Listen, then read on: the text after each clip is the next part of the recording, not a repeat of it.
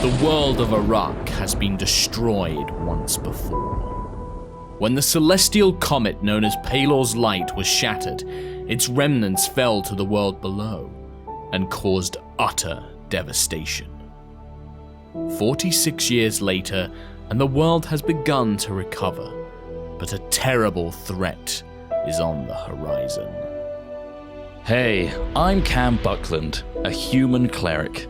Taken in and raised by a travelling band of performers known as the Bucklands, a colourful group of misfits helped shape me into the devious, charismatic and foolhardy man you know today. My troubled past led to the clerical devotion of Avandra, the goddess of change and luck. I'm slowly discovering that I hold power that is beyond the knowledge of most folk, something to do with the Lightfall. My name is Juto Zizi Jing. I seek revenge on the Dragonborn who murdered my parents and enslaved me as a child. After escaping the cruel whip of my captor, I trained as a monk and fought to free my fellow tieflings. But now, I search for the Dragonborn in gold and red. The Dragonborn called Korak. I am Alora Galanadel, a noble druid of the Spire of Galaad Helen. When the Lightfall struck, most elven spires retreated and have remained lost in the Feywild. I have made it my duty as part of the royal line to reconnect with those friends that we have lost. I'm just not entirely sure how I'll manage it. Growing up running around a forest hasn't exactly prepared me for the rest of the world, but I can't let my family down. The Spire of the Moon needs me. I am Trelemar Alif, a Drow warlock. Circumstances in my past have resulted in the disownment of my Drow heritage. Now I serve a greater power, one who is leading me towards an item that will unlock the full potential of my magical abilities and help me destroy the Delakir. 4 heroes, brought together by chance, begin their first adventure to escape the clutches of a corrupted Fey spirit. Defeating the Fey spirit, they realize as they all head in the same direction that sticking together is better than being alone. Their destination? The capital of the Dawn Republic, the mighty city of Talis Val. On their journey, our heroes encounter a town plagued by an unseen evil. Once again forced to work together, they uncover the creature responsible. But tragedy soon follows as Juto falls in battle. This once divided group unite for a new cause: to save a friend. The heroes rush to the nearby Longwood, where an archfey agrees to return Juto to life.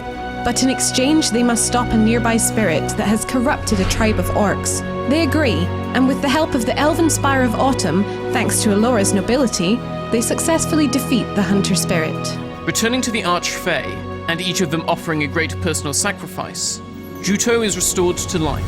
The heroes reunited once again. They can finally resume their path towards Talis Val. As they make their way to the capital, however, they uncover a group that seek to overthrow the Dawn Republic and face off against a pair of their agents in the village of Faden. With one of their villains captured, our heroes learn the name of their foe, the Broken Sky. Concerned and seeking to learn more, the heroes arrive in Talis Val. They immediately get to work, discovering a hidden cell of the Broken Sky within the great city. Things take an unpredictable twist as Trelemar and Juto attempt to join the Broken Sky, even subduing Alora to prove their loyalty. Alora manages to shapeshift and flees her confines to seek help. Using this uneasy allegiance, the group are thrown into a trial to prove their worth, and eventually succeed. As a reward, the heroes are given the opportunity to meet the leader of the Broken Sky through a magical mirror, a woman referred to as Princess Felania. Just as Cam forces her to reveal her true nature, Korak, the Dragonborn champion of Talis Val, alongside Alora and all their allies, arrive to the rescue. Korak faces off against Varesh, one of the Broken Sky lieutenants. At the same time, the group attempt to rescue their friends and escape. Despite Juto's initial hostility towards Korak, the heroes prove themselves very resourceful to the champion. Varesh barely manages to flee, leaving many questions left unanswered. Returning to the surface, the heroes hope to enjoy a moment of frivolity as they perform for the Masons Guild, one of the reasons Cam needed to get to the city. The performance, while marred by jealous rivals, won the crowd, particularly with Cam's glowing hair rebirth and a peculiar granny with her evocative singing and dancing. While basking in applause, chaos erupts as the theatre is attacked. A hidden assassin leaps from the crowd to strike the champion Korak, who is left in a comatose state from a poisoned blade. With the champion paralyzed, the party are tasked to find the cure deep beneath Talisval, in the ruins of the city that once was.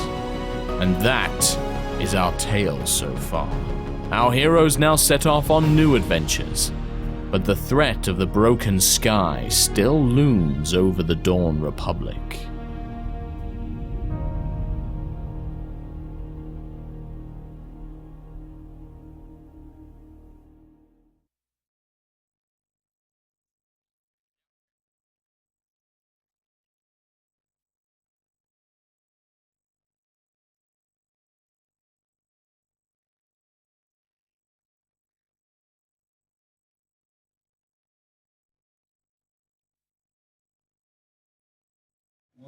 Hello everybody and welcome to HighRollers, the weekly D&D game stream here on the Yogscast Twitch channel. Trot didn't try and put me off this week. He tried early on, but he left it a bit too long before the actual cut to live, so there you go. Welcome, I hope you are having a lovely Sunday. We are having a lovely Sunday because it's Katie's birthday!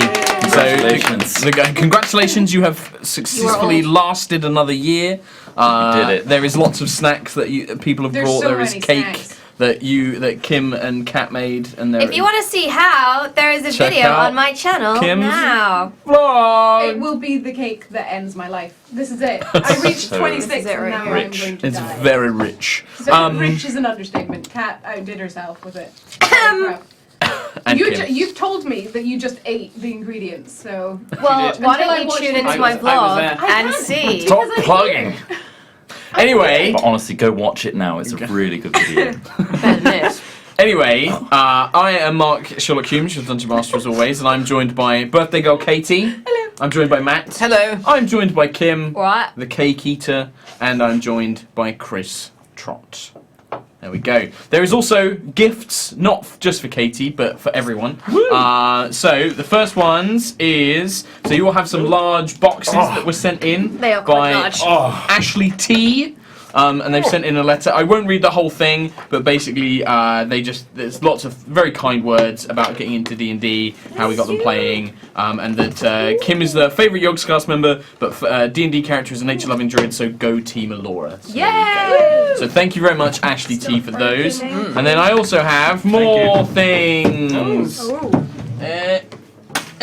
Oh, And then,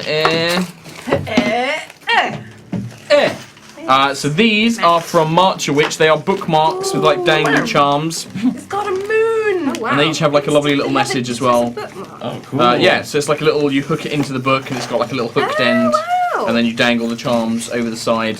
That's So for like us a- avid really readers. great because I actually need a bookmark. At the There you moment, go. So thank you very much. Oh my goodness, Your it's got a Convenient. moon Daggers. Mine's with got little a daggers. wolf and an arrow and a leaf. I believe don't they are all understand how it themed. works. You put You it put in. that inside the book. Look, Kim will and then demonstrate to dangle you. Out. Oh. See? Oh. They're How so does it work on a pretty. Kindle? You probably Yeah. hook it into the case. Yeah, you put it in the case. I'll There you figure go. it out. If not, I'll great tweet a picture of butt it because it's really, really Thank you. pretty. This can dangle out. Good the for end. sound. What do you have on Picture of yours? both of these. Very practical. Kim, I'm afraid that I'm just encouraged by Trot, really. Yeah, you're Right. a sheep. So, there you go. So, Very lovely nice. gifts. Very Thank you very much, Marchawitch and Ashley T, for sending those in. That is very kind of you. Thank you. Thank you. Any other things to announce? I don't think so. Mark She is says, retiring from "I'm not DMing and I'm caught." taking over. She says, I'm not caught up, but I hope Alora loses her ship with Cam someday. Oh, I said, my one said, day. how you managed to make Cam so forgivable and yet so I'm not punchable, I do not know. Watching you shit stir is an endless delight. Thank you. You are king of shit March a witch. stirring. You are Thank you king so of much. shit stirring. Let's do it. Right, so Let's kill Trell. we left things. in a bit of a... Are you right there, Kim? A bit's broken off and I don't understand what it was for. It's for to holding clip your your character character sheet. sheet in. Ah! You can just glue it back on. You can just glue it back on. It's fine. No worries. So, we left things off last week in a bit of a pickle as the party, on their way to the north, the Troubled Lands in the north, to meet with Salandris Frostwalker, the Duke of Winter, along with... they were being led there by Nalistri Frostwalker, his son, and along, they've got Elora's parents are in tow, along with Queen Shalana and Commander Pela, as it is basically going to become somewhat of a council of elves meeting to discuss the future of the elven people in the Dawn Republic and on Arak, not Iraq, Arak, with A-R-R-A-K.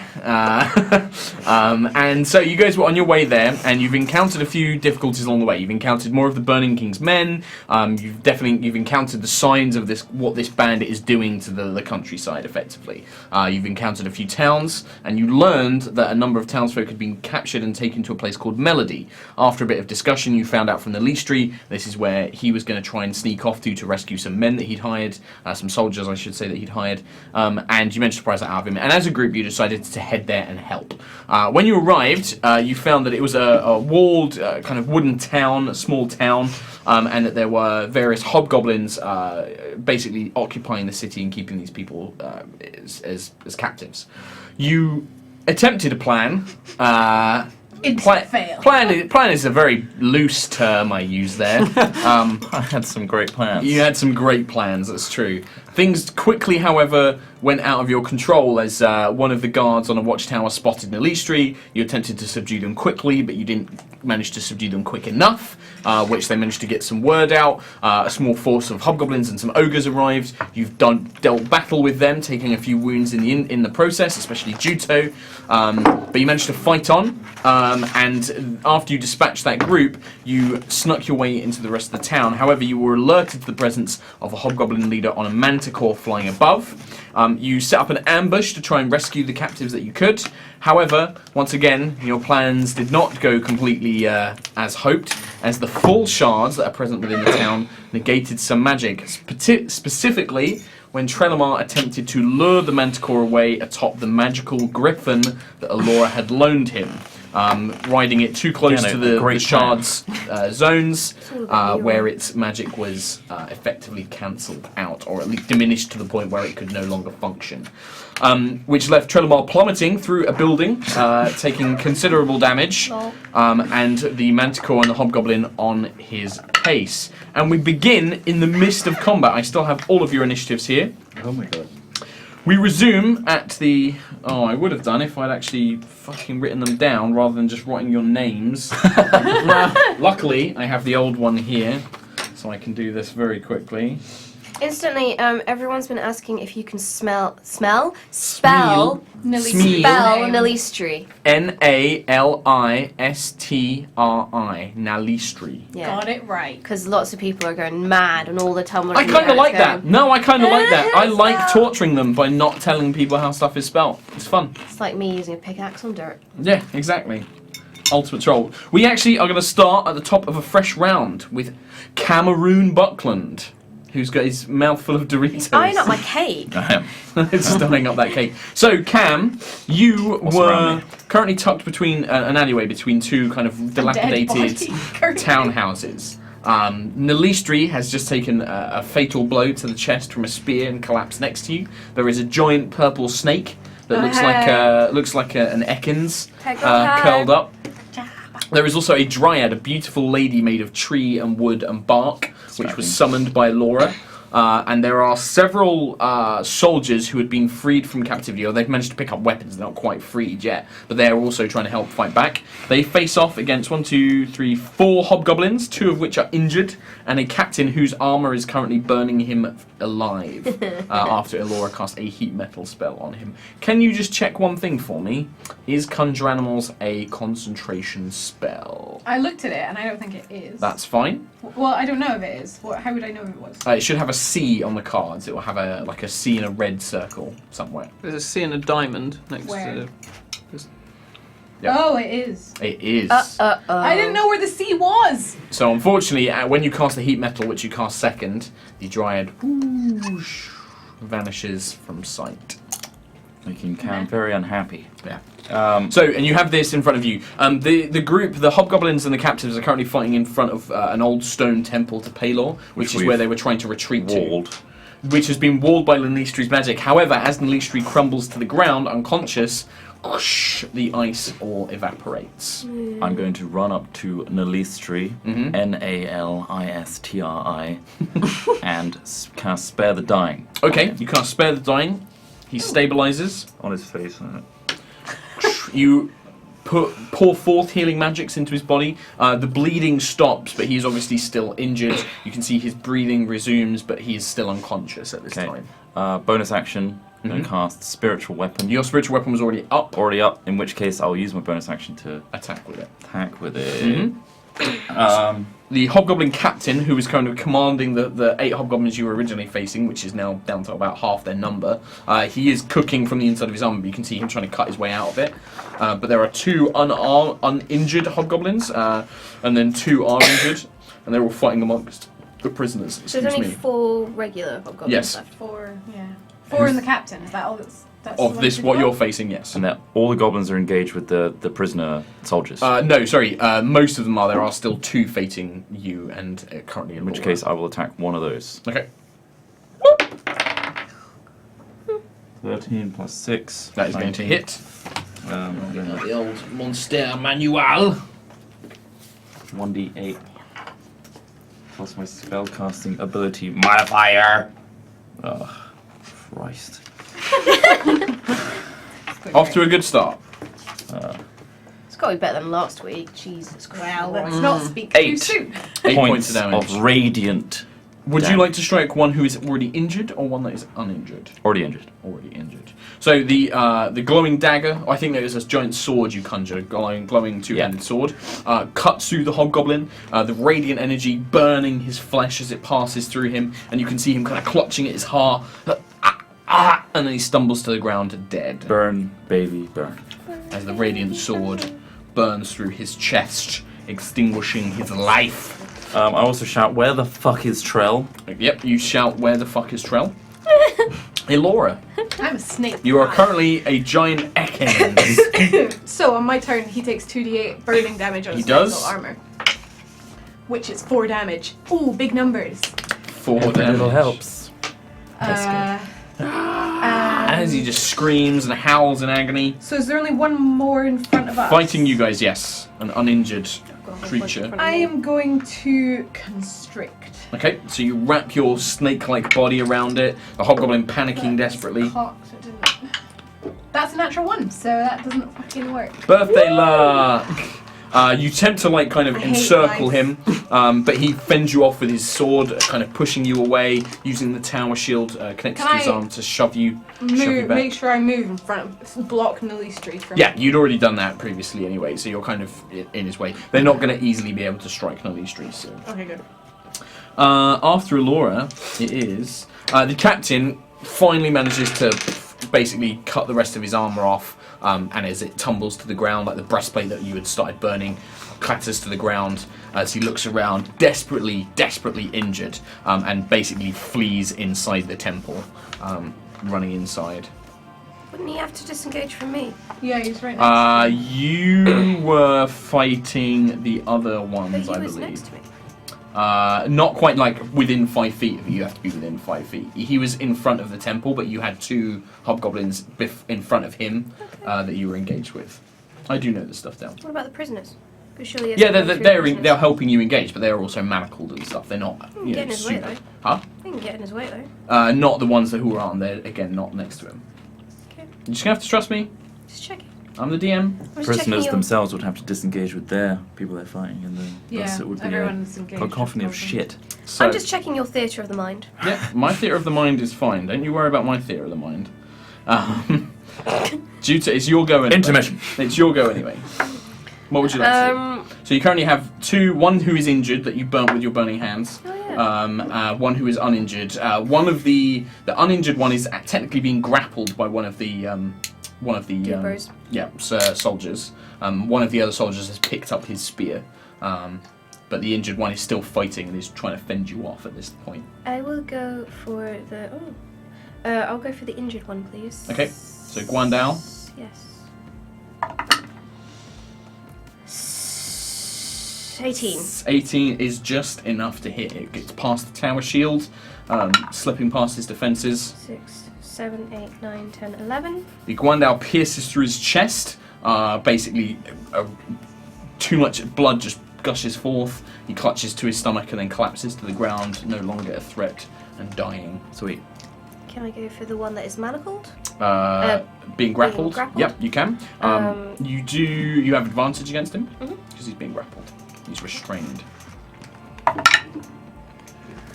Good. 9, 16. 16. Unfortunately, the armor, the chainmail that he's wearing him, because even though with the advantage, they turns at the last minute and just glances off the chainmail.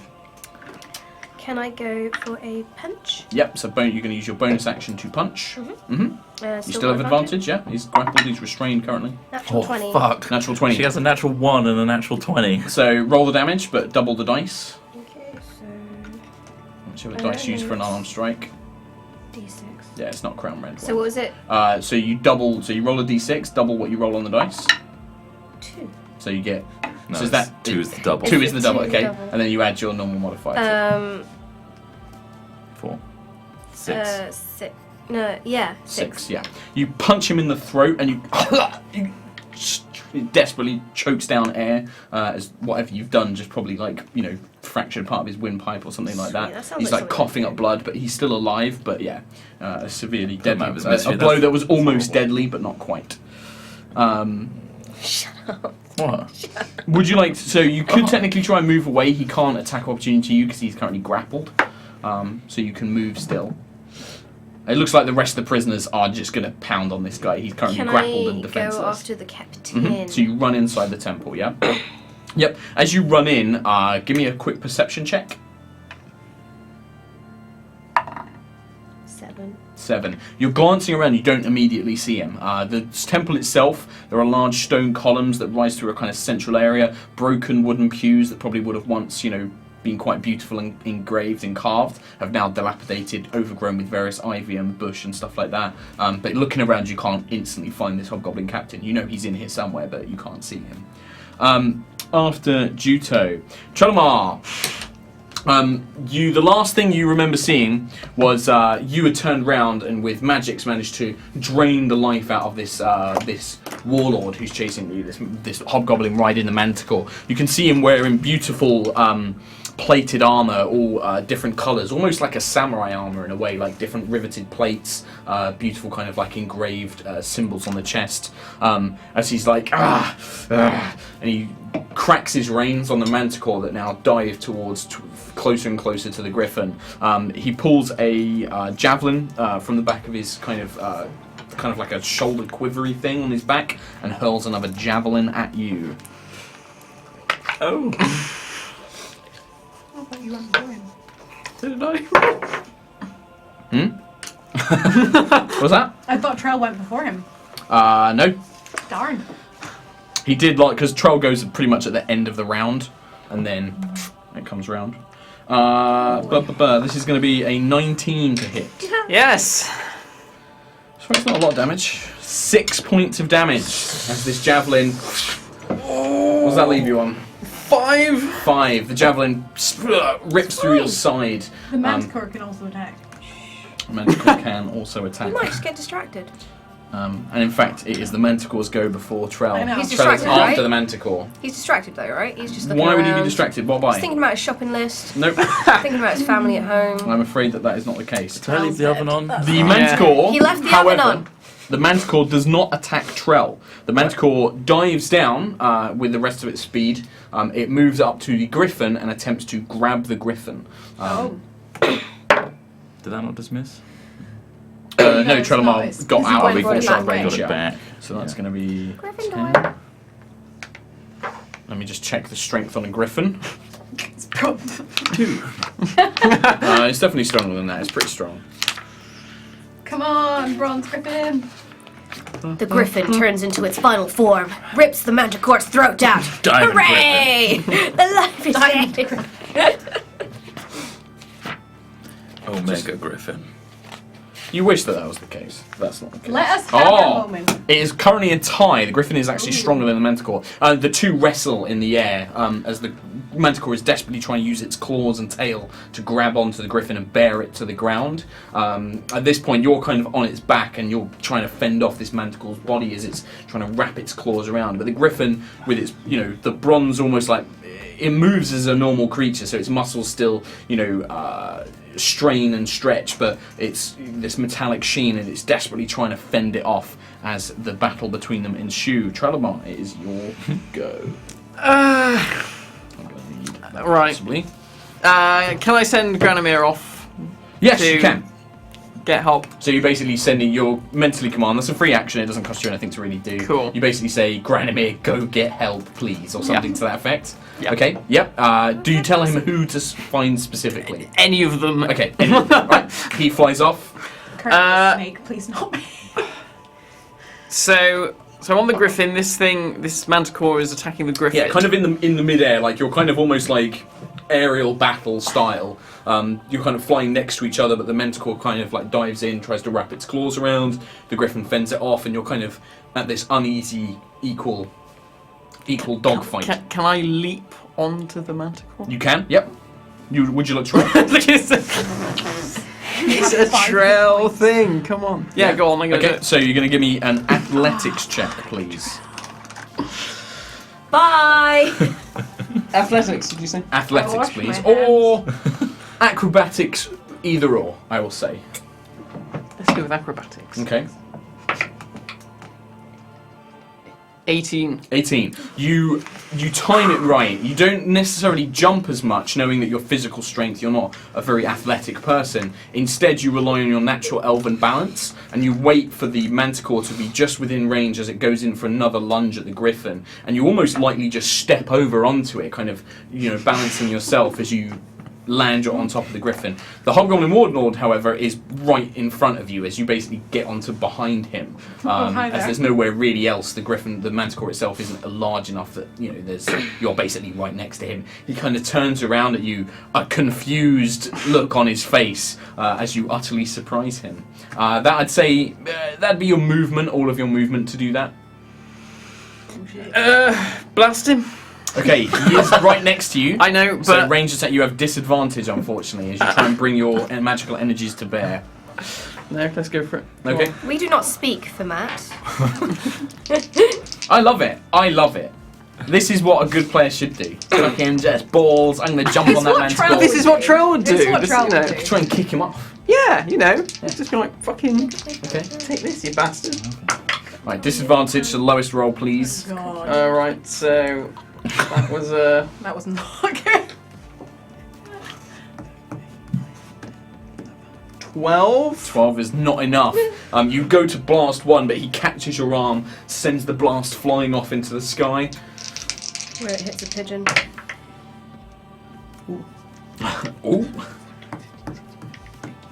20. that is just enough. Just enough. I'm Shite. hanging on Whilst by he's, this. whilst he's almost, he kind of pushes your arm away and the second blast goes wide, you bring the other one right next to his chest and the lance blasts out, hitting him dead square in the Bits. sternum. In the wibbly bits. Love handles. 11. 11 points. It's going to be okay. The blow seems to shudder him back. He grips hold of the reins, which you can see are kind of tied to a gauntlet on his hand and are connected to a large collar around the manticore. He stumbles back as he kind of like, his shield goes tumbling off and just falls down to the ground, which you think may make him a bit easier to hit next time. The shield goes tumbling down, but this now he kind of grins at you. Very well. You are braver than I thought, Dark Elf. He reaches for a barbed whip at his side and whoosh, cracks it as you are right next to him behind on this manticore and hoping that he doesn't try anything crazy. Whip crack away, whip crack away, whip crack away. Nalistri is unconscious but not dying thanks to spare dying. So Cam Buckland, we return to you at the top. Now, Granomir, I'm going to check his stats. I believe I know what his fly speed is. Oh, I've got it right here. Okay, he flies at 60 feet. But his telepathy is 100 feet. How many rude dudes are left? Just one, which is being grappled. One hobble. Is there only one? There was one. And the captain who I'm going after. Yeah. I'm confused. Just how many are left? Did we kill one last round? You killed two one last and round. I Oh, sorry, there are think two hobgoblins left. One is injured. The one being grappled is very badly and injured. the captain. Right? And then the Two captain. hobgoblins and the captain? Yes, Yeah. that's correct. Okay. I'm just trying to work out as well for Granomir's speed. It's like 400 feet, I think, in 6 seconds. Yeah. He's like a. Also, he can lift It's humans. like a bullet. Yeah. 260. Okay, actually. And heal as well. Technically next turn. It's amazing. What would you like to do, He's not Cam? listening to us. Do I see any little pseudo dragons coming my way? No, not yet. In which case, I will spiritual weapon the injured hobgoblin. Just, Okay, the injured one's the one no, being it's not grappled. it's a fresh goblin. Go for the fresh one. All right. Because I rolled a natural one and couldn't injure him. Oh right. Yeah, it's the one that Elora It's the was one trying to that I constrict. So he's technically blocking your path as well. 18. 18 hits. Cool. The golden sword once again striking true. 10 10 points of radiant damage. That staggers him to the ground as he's desperately clawing at internal injuries you can't see. His breath comes in deep, ragged gasps. You believe he might be on the edge of death. Avandra, bitch. This big sword just... Avandra, bitch! I'm just gonna throw Nimbus at his face. Okay. So yeah, there was bonus action for spiritual weapon and then Nimbus. Cool. That won't be happening. Was that a natural 1? 3. No. Well, it's a 9. That's still not enough, unfortunately. It just clangs off of his chainmail. Avandra, bitch! And then it returns to your hand. So there's bonus action, your attack action. To, if you can move, but you'd have to I'm try gonna and stand move over past him. Nally's tree. Okay. So kind of you and Elora, you're standing amidst the coils of this purple snake around your feet. Yeah. you kind of throw up a bit in A little bit, yeah. I'm trying to hold it in. Elora. I'm going to. How far? Wait, he's in my way though. That goblin, right? He is currently, yes, Okay, so I'm unfortunately. gonna try Although and he go is for kind it. of very badly injured. I do the same thing. Yeah. Okay, you're just going to try and crush him to death. 14. Not enough, I'm afraid. Sake! You go to wrap yourself around him, but again, like he manages to just barely squirm out of the way. Really want to constrict someone. As you I can desperately see that. try to do that. Would you like to do anything else? There's nothing I can do. That's very sad. Captain is going to do this. There it is. Bang it. Am I in the way of Cam and Nalishri? Can I make myself in the You're way? kind of, well, you are large enough that you are kind of in the way, but being a snake, it's not like you block or give cover. You're just, he'd have to step over you to get past you and you'd get a free attack and stuff like that. So, When not do the quite. prisoners get to do stuff? Huh? When do the They should have done it at the end of the round, actually. That's a good point. I didn't put them on the initiative order. So, but basically, they'll just beat the guy that they've got injured. There's 1, 2, 3. I mean, they'll do about a point of damage each. So, now our current state. So he's dead, basically. The one that was on the floor, they just pummel. So he's dead. Yeah. Can you describe it to me, please? Because this is a murder. Yeah, the prisoners basically surround the hobgoblin that's currently grappled, and now that there's no other goblins to threaten them, they just lay into him with punches, kicks. One who's picked up a spear stabs it through his chest eventually, and he ceases to be. This sounds great. Yeah, sounds good. Thank you. That was for Did my that do it for immersion. you? That was for my immersion. That was for my immersion. So there's one hobgoblin left and one chief. And the captain, Captain. who is currently hiding in the temple. He's gonna try and do nasty stuff to me. Give me a perception check, please, Kim.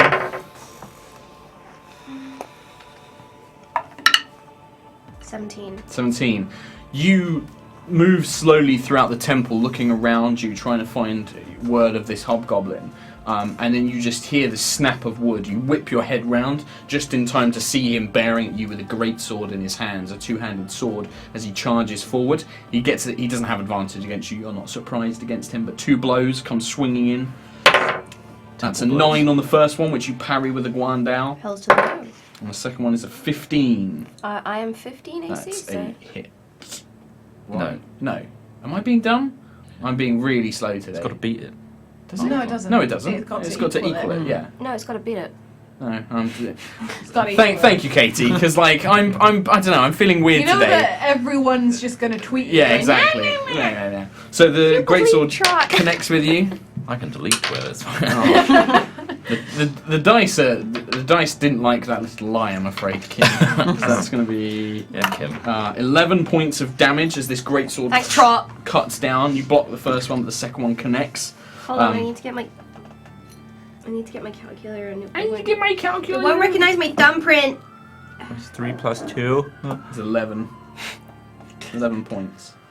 Okay. As the greatsword cuts down, as he tried to ambush you, sneak up on you, you can see a discarded, what looks like a vial, like a glass vial on the ground. No, for He healed himself. He did.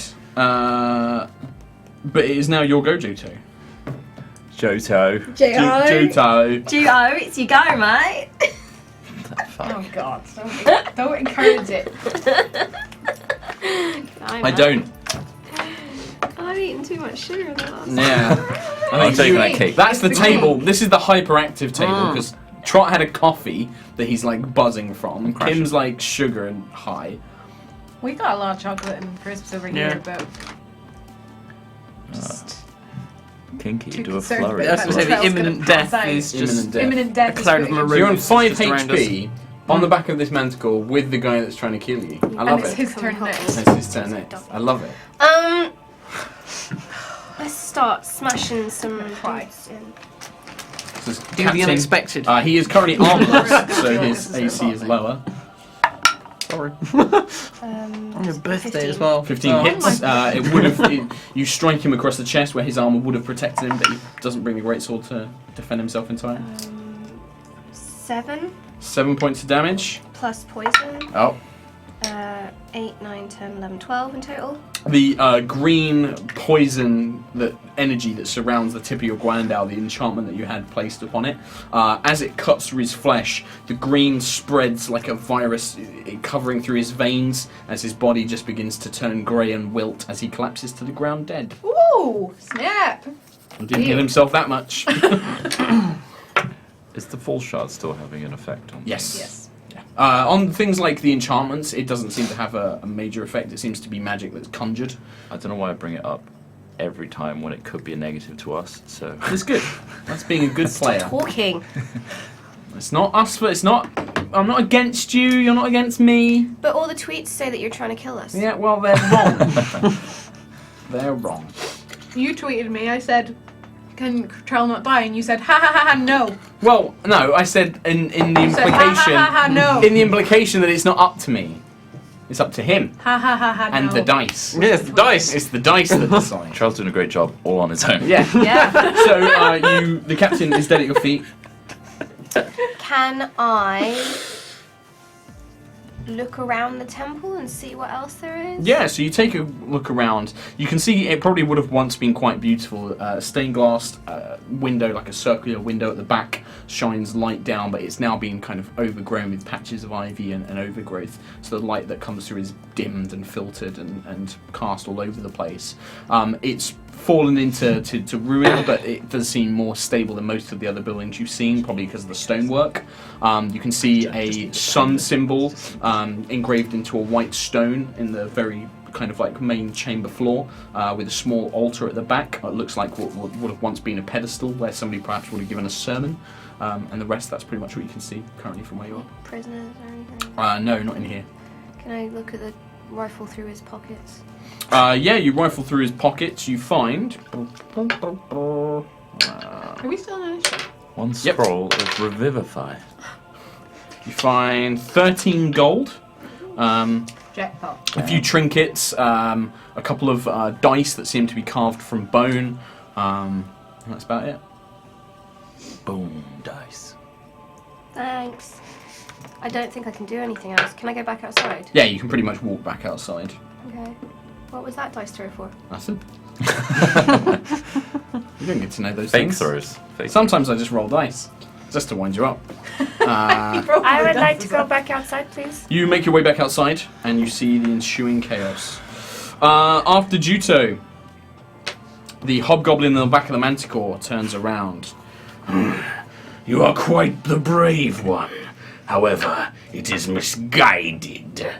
The Burning King shall make use of someone like you. And then he cracks his whip at you. What? Does he not just want to go for Say McDonald's or what? something? Have you still got cake over there? Probably. That is a 26 to hit you. That might Does that hit you, Troll? Does that hit you? Might Just a hit. bit. You take 6 points of damage. And I'm down. As the whip cracks around your thing. As you fall unconscious, you'll feel your body begin to slip off the back of the manticore.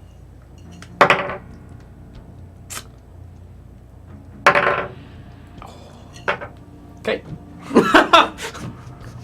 You're unconscious. You don't know. I have to make a note of something. Oh, he's so evil. I'm not evil. I'm playing it. I'm thinking it's the like, thing. what happens? That's It's gonna the happen. noises you make is the little. Okay.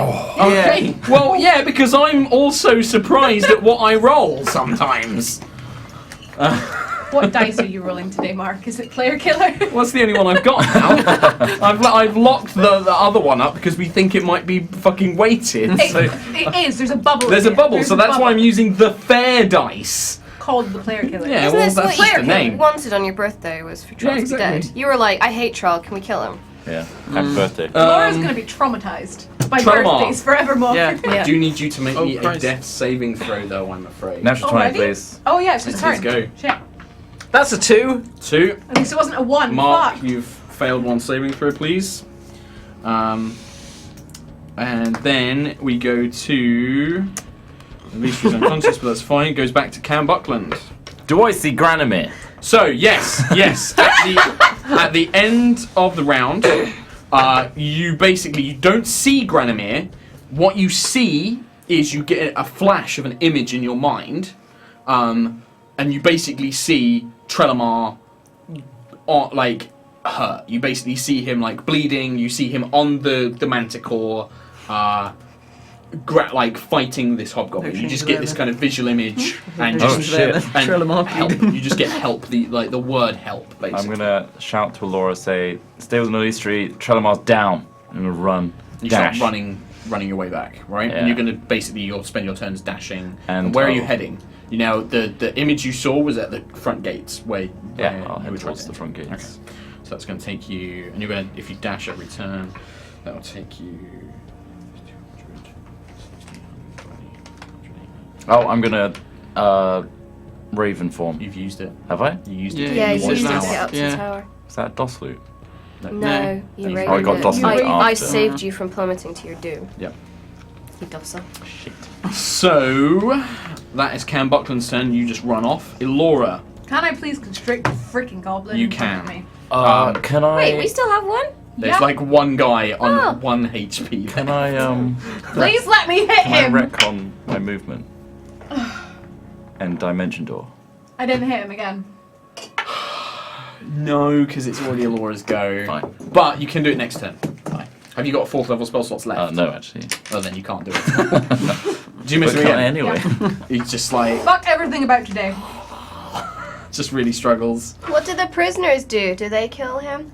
They'll probably, at the moment, they're trying to free themselves from the manacles. They would have got the Okay. keys off them and trying to do that. tried. Juto, This is the most fucking useless use of beast shape I've ever had. he will.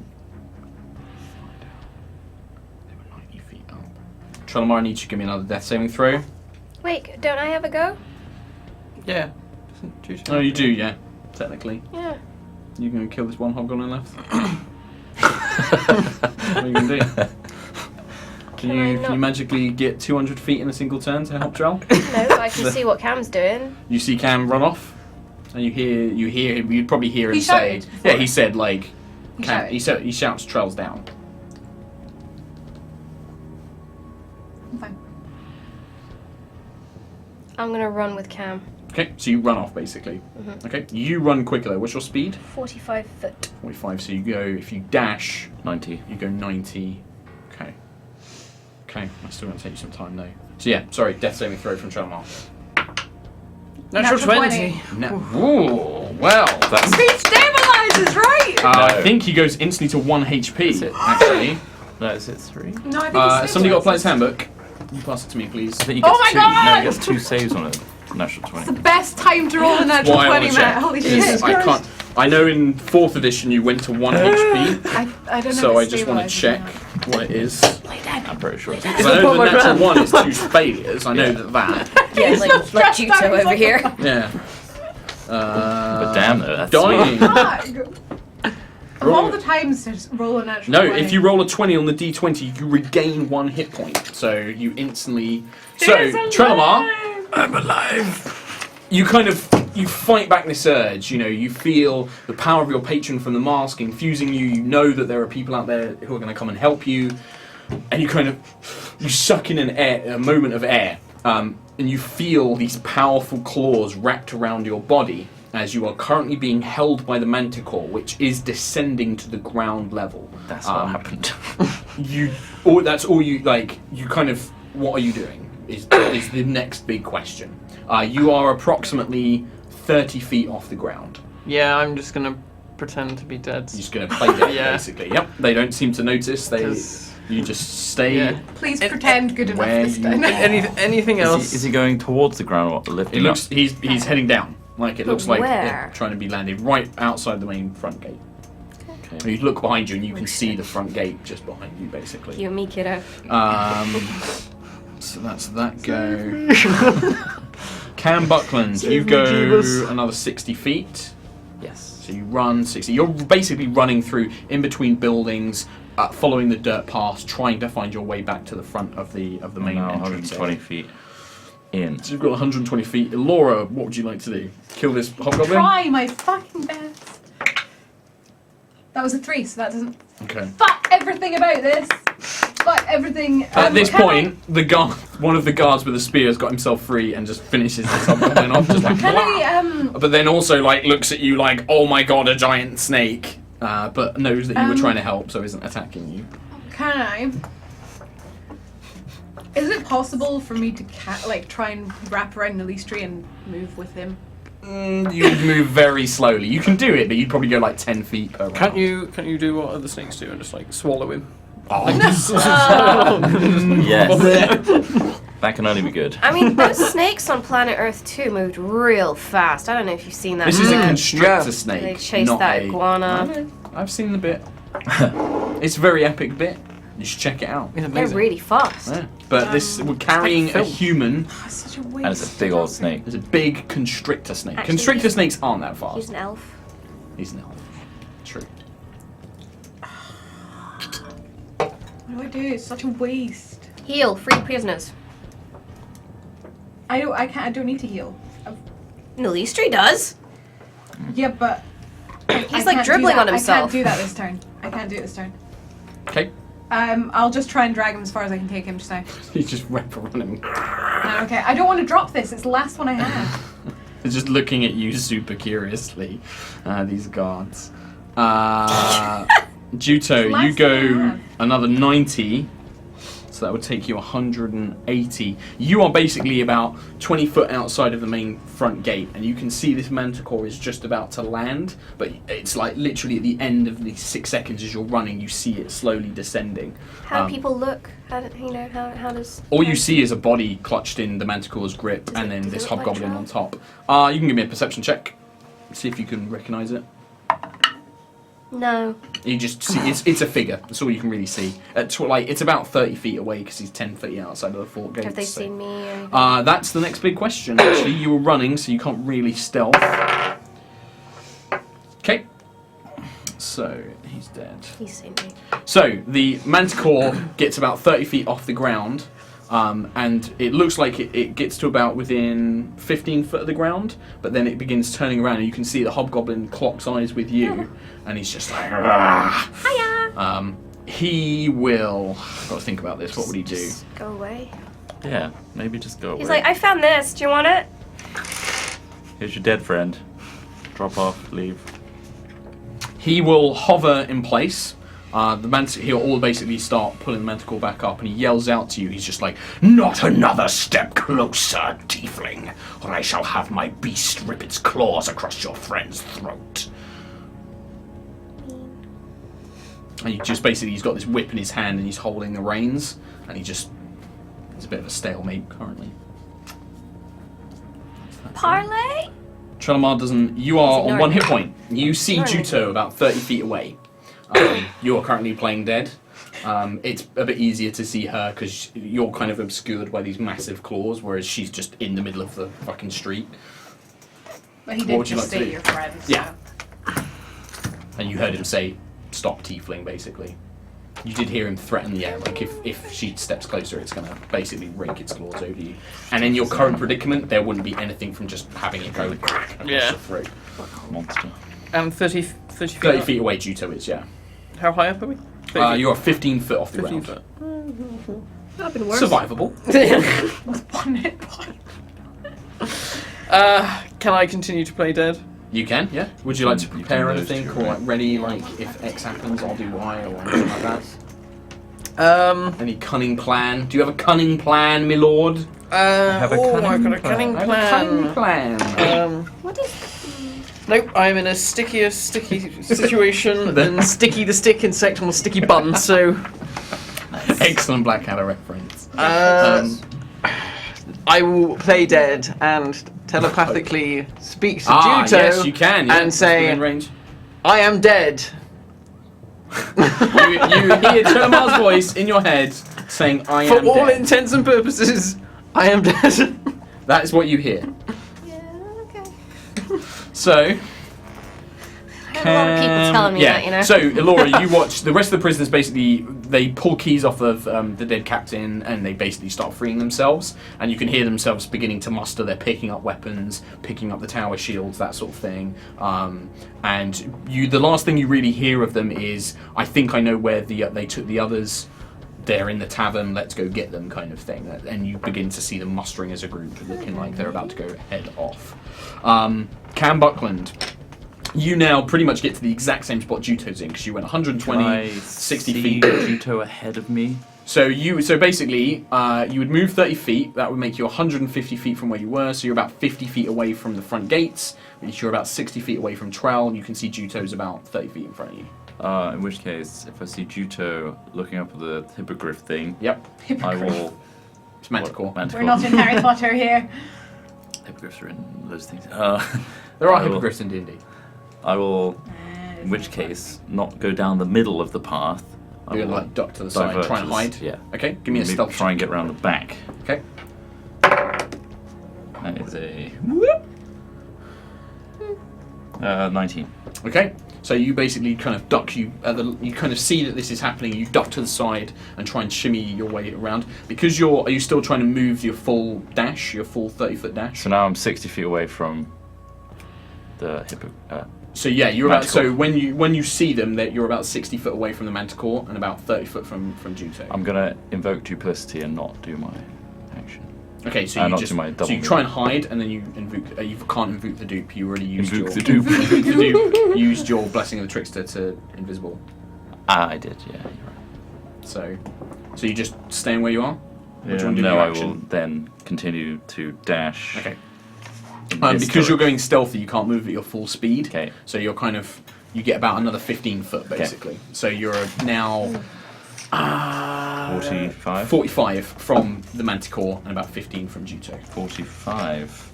From the Manticore. What's Yes. my range and my nimbu? I believe you can throw a dagger up to 60, but anything over 20 has disadvantage. I'm not going to do that. Okay. You couldn't anyway because you had to use your action to dash. Yeah. Elora. How far is the tavern? From where you are, about 100 feet across the market square. You can actually see it as you're coming out of the alleyway with Nalistri. You can kind of see it across the market But- square from you. You could also kill Drow immediately. Yeah. And all the prisoners are going there. That's where you heard them say that's where they think the other people are. 20 feet. Save that for him just in case they drop. Because as well, when this No spells. Can't come out of beast form and rely on I've got spells. shit all. They'll be Tricky. dampened by the. Yeah, they will. Maybe That's very true. encourage So Throw. if I. He's useless to use, right? Are any of the people near me? Actually, were they? Do they recognize Nalistri? They don't appear to have seen him yet. No. They've been so focused on survival that they. There was one that came up and. Oh, there was actually, yeah. So they probably would have actually. Yeah, there was one that came up and finished off that hobgoblin. So they will probably. Kill him? Well, they can't. They're not magical But healers. So. would they recognize? Yeah, there's a kind of a moment of kind of you see them beginning to murmur as that guy that stabbed the hobgoblin goes back, and it's like you can see them talking, and you overhear them basically saying like, I think that's the elf that hired us, kind of thing, and stuff like that. But there is no immediate action from them, as it's not quite their turn. I could throw my wrestling belt at him. That was Charge dropped. me I for the didn't title. roll that. That was dropped. I could wow him with my Even if I wrestling belt. dash, I can't take him very far, can I? No, not if you're trying to carry him. No.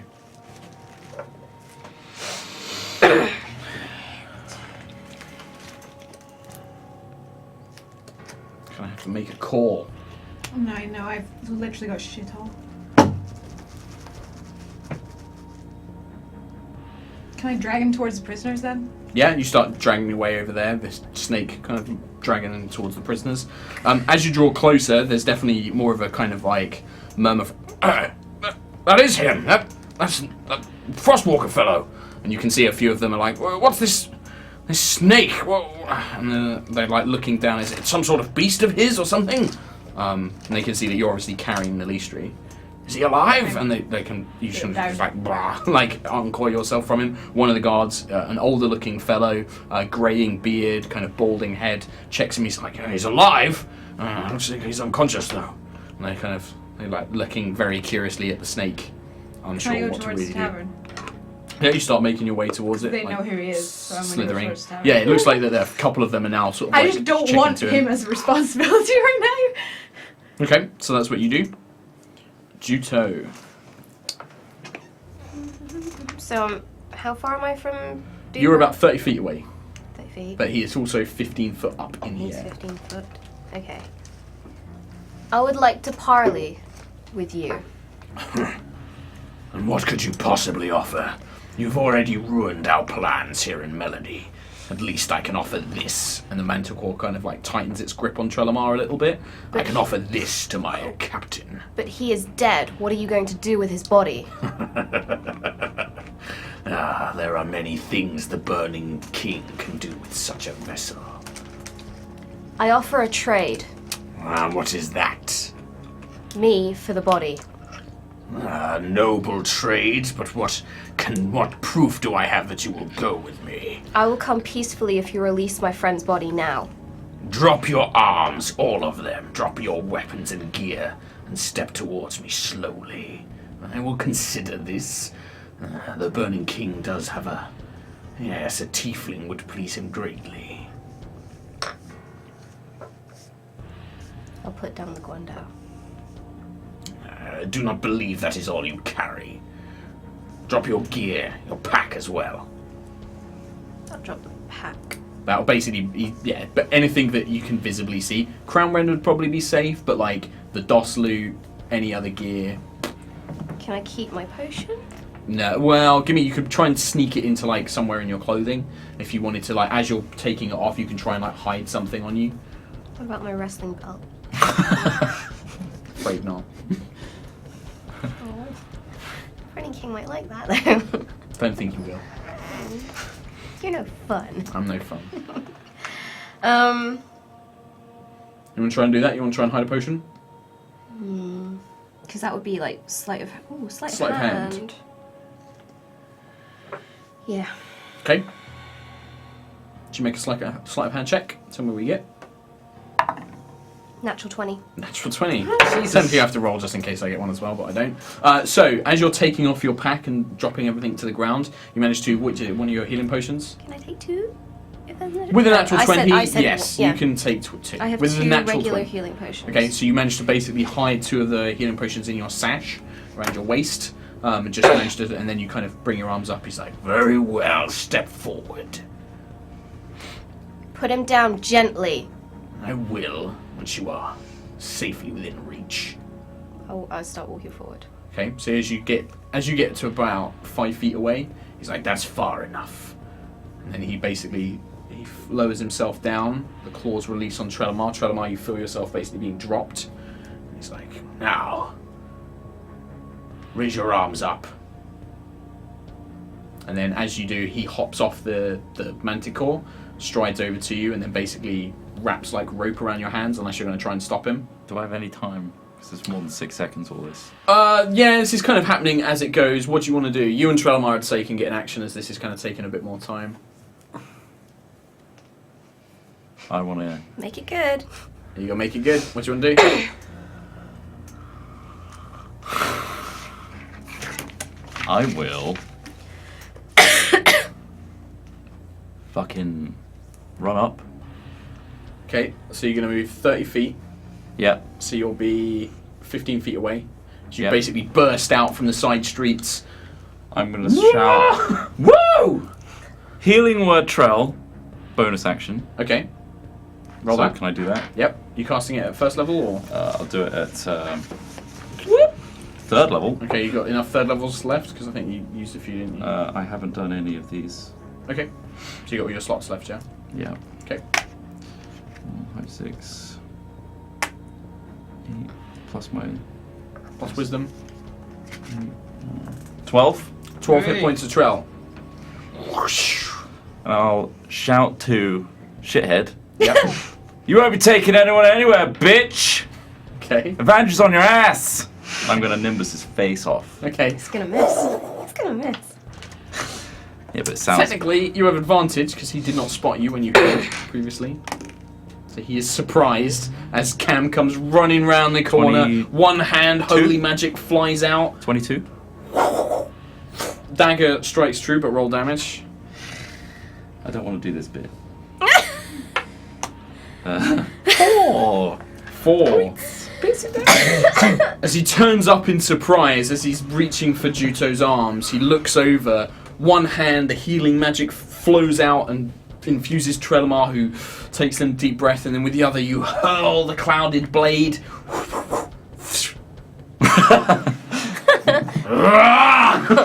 He gets an action, right? Yep, he still has one action, and then we'll resume the initiative. That was technically on Juto's go that he started taking him prisoner, though. So So is he in front of me now? he's basically stepped off. Yeah, but you are currently underneath the manticore that is basically yeah. stood over you. There's also the manticore. Okay. Hence the healing word. You should have just let me. It is also very apparent that they know you're alive. Having watched this healing magic from Cam, and go, Avandra bitch, or whatever else you yelled. You've been watching Breaking Bad recently. Oh shit. Scary Terry bitch. It's right above me, is it? It's literally like over you, like a big dog. Like you are underneath it, like a small innocent child. So fragile. Where's the griffin at? Griffin's flying up in the air because it doesn't have anybody to command it currently. It wasn't given a command as he just jumped off, and then was reduced to unconsciousness. How injured does the hobgoblin do look? It's difficult to tell. He's got some cuts. It's definitely like you can see some sort of like. Scorch marks where a trail just went boom. Yeah, you can like see like all of his eye, his chest and stuff is black and like with where the armor was. But also like his veins look very pronounced. He looks, like he's taken some sort of magical effect. Like he looks very gaunt and sallow. It's difficult to tell how close he is to death. What? What would you like to do, Trelemar? I guess if I try to blast the manticore, that's a disadvantage. It's isn't it? because it's right. Yeah, it's like right next to you. Shit. Oh! You fool. What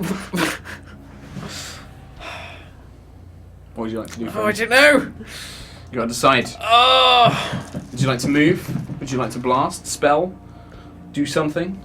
Do anything? Cry. Can I try and roll out from Yeah. underneath the Yeah. manticore? I'd say give me another acrobatics check. That natural 20 though. That was great. That felt good. 20. 20. Oh, You but- take a moment. The manticore is distracted as it looks up towards Cam, obviously surprised, and you kind of use that as your moment. You just roll out, and you get about, I'd say, 15 feet away. You kind of roll and then manage to pick yourself up and stand up and kind of get off away, but that's kind of your full move action to do that. But you are, about 15 foot away from the Manticore now, as it kind of looks around, doesn't catch you until the last minute, basically, unable to make an attack against you. Cool. Now, what would you like to do with your action? I shall double blast. Which one? Manticore, man? The man. The man. The nasty man. The nasty man. The bad hombre. The bad hombre. The bad hombre. So the first blast is 22. That is a hit, taken by surprise. Well, not by surprise because he was aware that you were awake. But yeah, you kind of catch him in the back as his attention is turned towards Cam. Can I do the other one as well? Yeah, and then roll. Yeah, then just roll damage. The other one is 26. That is also a hit, very easily. Bit of revenge hits. Yeah. Really angry. 14 for one. Okay, for one. Wow. And 13 for the other. 13 for the other. Wow. Did you roll like a 9 and a 10? Yeah. GG. So 13 for that other one, wasn't it? Yes. These two blasts, however, Kim, as you look up, he staggers back, and you can now see two gaping, blasted holes through his armor, his metal armor, as he staggers back, thick, very dark crimson blood just oozing out of them. As he turns around, Trelemar standing there. I go like that, and then I spin them around. Oh, you're gonna regret as he's just like, as he clutches, as he desperately turns around. A single tear rolls down Cam's eyes. So proud. He will. Is it still my go? No. No. It is in fact his go now. Oh dear. He will. I take back my. He turns around. He points at Trelemar. He's like, "Beast, kill that dark elf!" And he pulls his whip out and goes to strike Juto, who is currently, as far as he knows, unarmed. Can I use Use what? Crown Ring? No. Well, you can transform him if you want, but on your go. Okay. This is you like reacting to him as he's doing this, basically. He doesn't have a shield, so that is a 19 to hit. Yeah, go on. One whip crack across the thing. Better than Troll. 5 points of damage, and as the whip hits you, scarring your flesh, it gives you a fond memory, not a fond memory, I should say, of the Dragonborn's cruel whips when you were a slave as a child. Juto really like that whipping.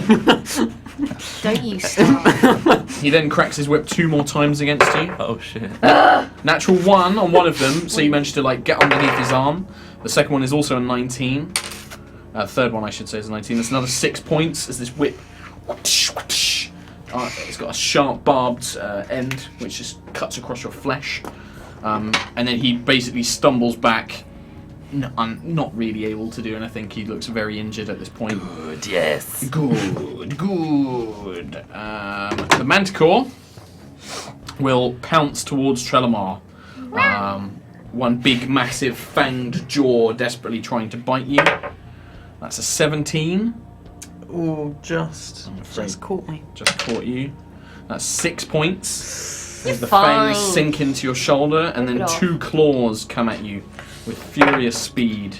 That is a 12 on one claw. That is a 13 on the other claw. So after this bite, you manage to break free and just manage to stumble back as these claws just miss just in front of you. The Manticore roars beastly in your mouth. Spittle and foul decay waft over you as it roars in your face. After that, it would be Trelemar. I'd say you can have another go, Trell, because it was kind of all happening whilst everything was happening before. So you get another turn. This is thing that's right. It's right in your face, just roaring and just swiping at you with these razor sharp claws. Shite. Can I take a dagger and try and stick it in its mouth? Yeah. Sure. So you pull out the dagger. Poor thing. Poor tyke. How big is that thing? It's probably the size of a rhino. 18. So quite large. 18 is enough to hit. Oh, good. The dagger jams into the creature's mouth. He's giving it. He's like, come on, man. Come on, man. 7. 7 points. Good job. The blow does strike deep as it roars and snarls back as you cause a deep gash along one part of its mouth. But it is unfortunately that only seems to anger it further as it roars gloriously once more. And Alicia is unconscious. The guards you now watch as they all begin. Like a few of them stay with Alicia, but a few of them seem to be making their way towards the tavern as well, still curiously eyeing you up as weird snake. Cam comes around to you once again. Juto, you got that. Sweet. I'm gonna healing word trail again. Okay. Do that cleric magic, Cam boy. 3 again. 3 again. How many 3s you got there? This is my last. The last one. Oh no. Yeah, this is my last one. Okay. Whoop.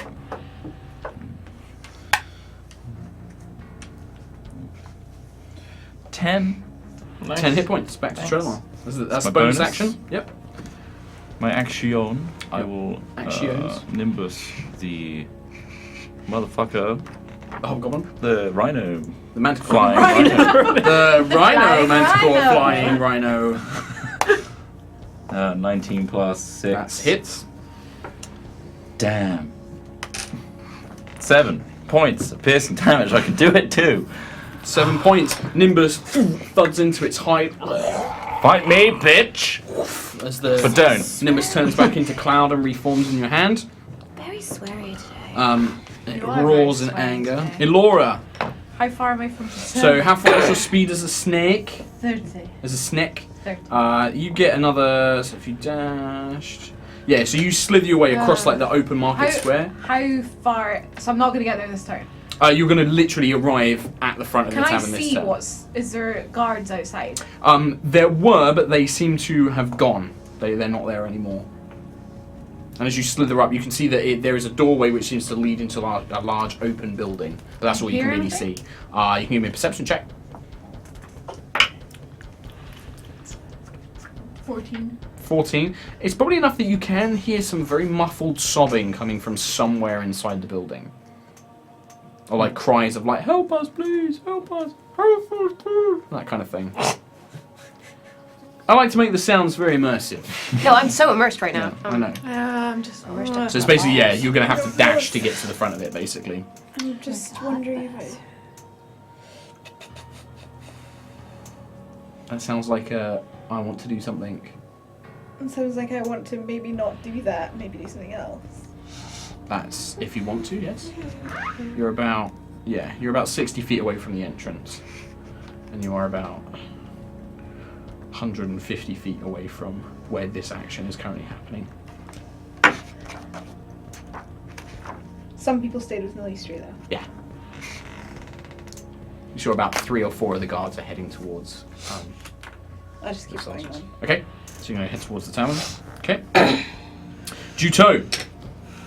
Can I crown rend and heal at the same time? What do you mean heal? Potion. No. It's an action, I believe. Check Crown Rend stats. I believe it's an action to transform, or is it a bonus action? It says bonus action. It's a bonus action to transform, but you won't be able to attack. So you can transform him. I would like to activate Crown Rend and attack. Good. Cool. So, you're not going to drink a healing potion, you're just going to attack instead, yeah? No, shit. No. Yeah. Okay, so you focus your power and you just hear, yes, again. Oh, yeah. The ruby bursts into flame, the metal spreads like an organic fire across your arm, turning into these metal plates, burns away one of the sleeves and goes up to the elbow. You feel the rush of power, and yeah. The guy's got his back to me, hasn't he? Well, he's kind of like facing 3 people, but he's still engaged with you currently. Cool. Can I smack him a bit? You absolutely can. I want to smack him. Can I smack him in the gob? Yep. Another bits. 12, 8, 20. First blow connects the metal armored claw-like fist. Cronrond. 7, 8, 9, 10, 11, 12, 13. Shit. The first blow, you punch through and it tears through his flesh, breaking 2, 3, maybe 4 ribs as it pierces through. You feel something squishy inside break as your clawed hand just rips through his chest. He screams and clutches it, but still alive. Second attack. I also do +1/6 fire damage. Okay, and how much was that? 2 more. 2 more. You can just hear the flames begin to burn, and you can see his body beginning to crisp in Beautiful. ragged breaths. Medium rare. 8, 9, 10, 16. 16. This time, as you go to strike him a second time, he just manages to duck and twist, almost doing it reactively with the pain as your blow sails over the top of him, Wait. unable to strike. Was that a 9 or a 6 that I rolled? I don't remember. I think it was 6. Okay.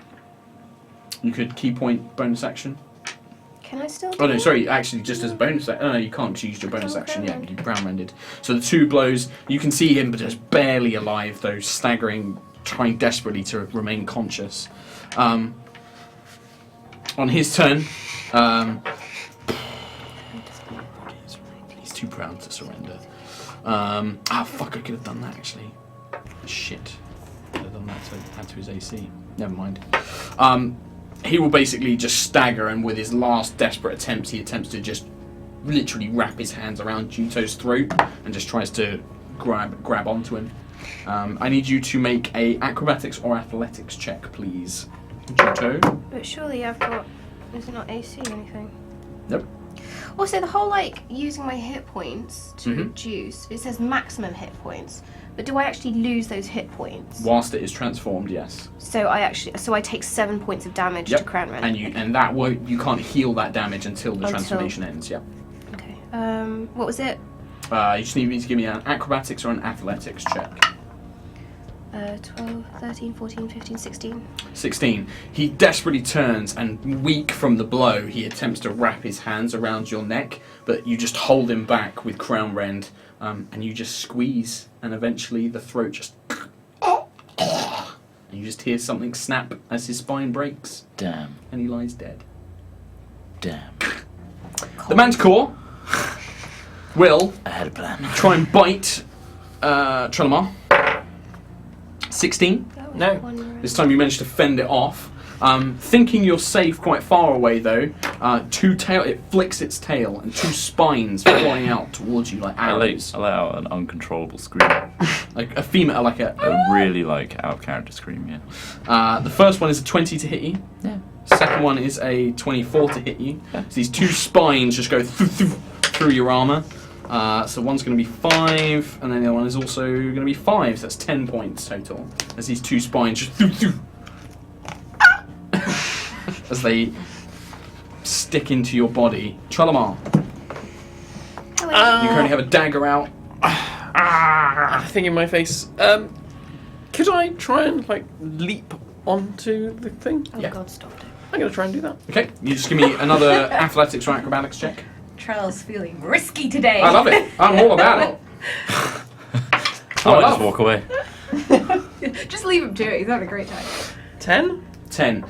You try and hop onto it, but it's as it's moving around too quickly, you just can't quite get up on top of it, basically.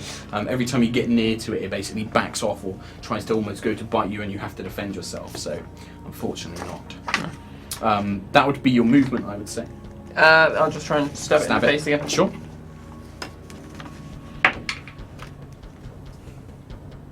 Uh, 12? Unfortunately, this time it's kind of got like a thick hide on it, and the dagger just doesn't quite pierce through as it staggers around desperately.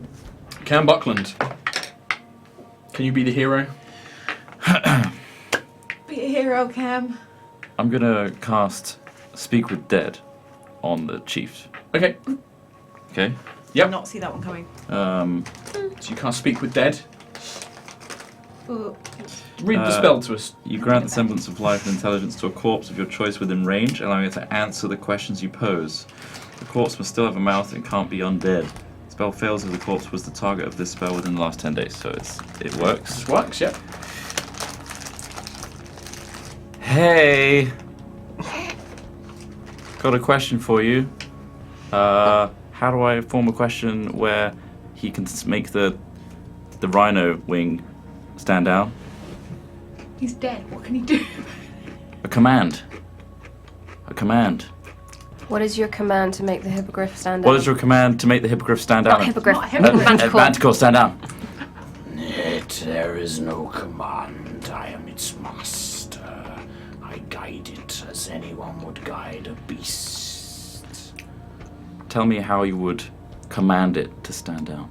You must become its master. You must show that you are the alpha as I once did. I'm going to start dragging his corpse to the manticore with my movement. Yep.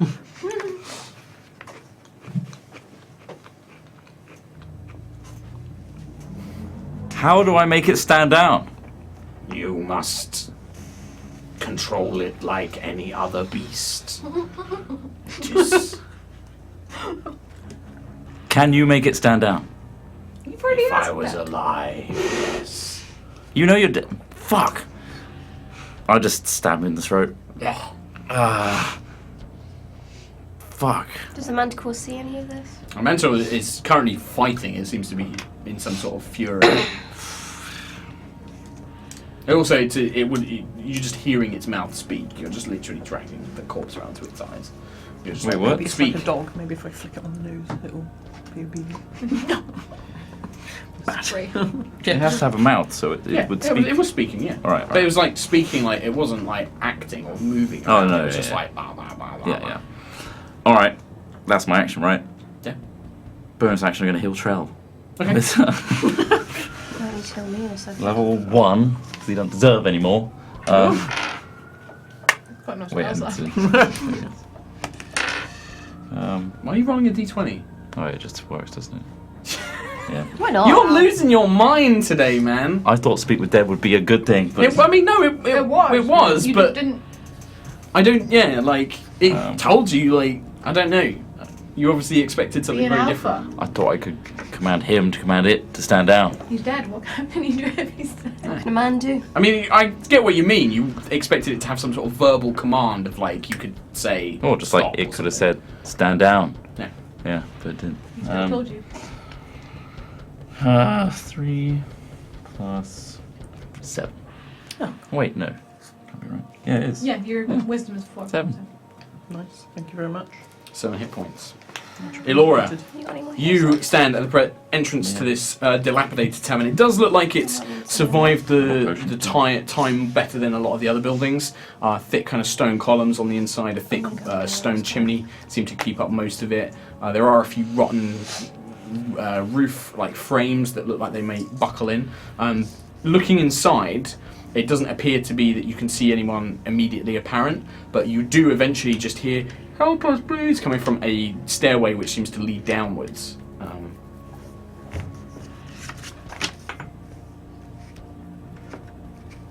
Can I poke my head in? You sneak in as a snake.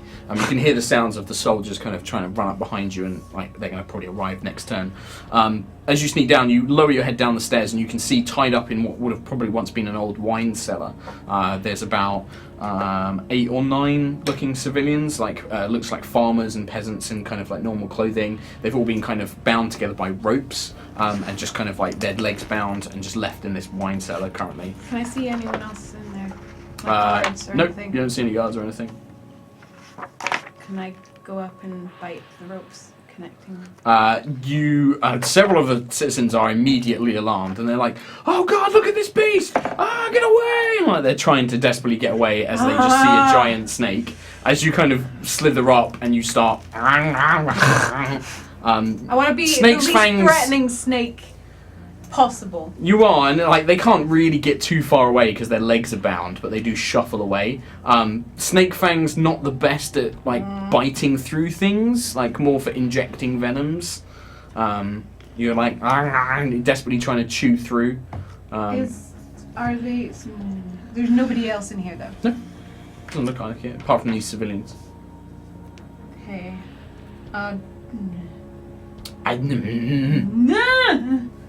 I'd drop it and Okay. untie them and tell them to be calm.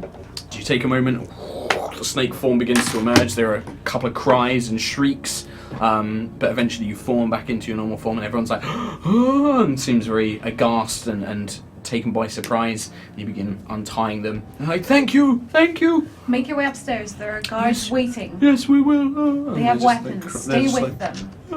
Yeah, but you start making your way, and as soon as you untie one, they start untying the rest of them, and it basically becomes like a big group effort as you rescue them. Can I go back up and make my way? Kind of had to use your movement to get downstairs, and then kind of spending most of your turn untying people and stuff. Okay.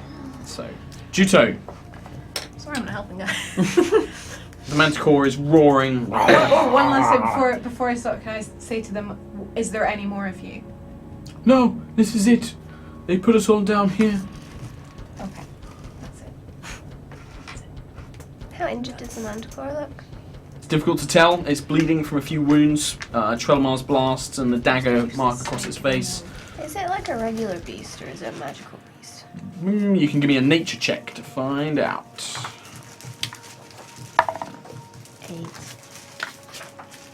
8? Yeah. Yeah. I mean, you've heard stories about them. Crazy creatures spawned from demons and beasts. You're not really sure. Demon, and it's probably a demonic pact. Okay. Can I attack, please? It is a monster in every sense of the word. That's kind of all you really know. It has the body of a lion, the wings of a dragon, and a vaguely humanoid face. It looks like a rhino. It's weird. It's the same size as a rhino. I know. Asshole. I fucking know. I'm not that dumb. Kind of dumb. You're pretty dumb. So you charge in with Crown Rend.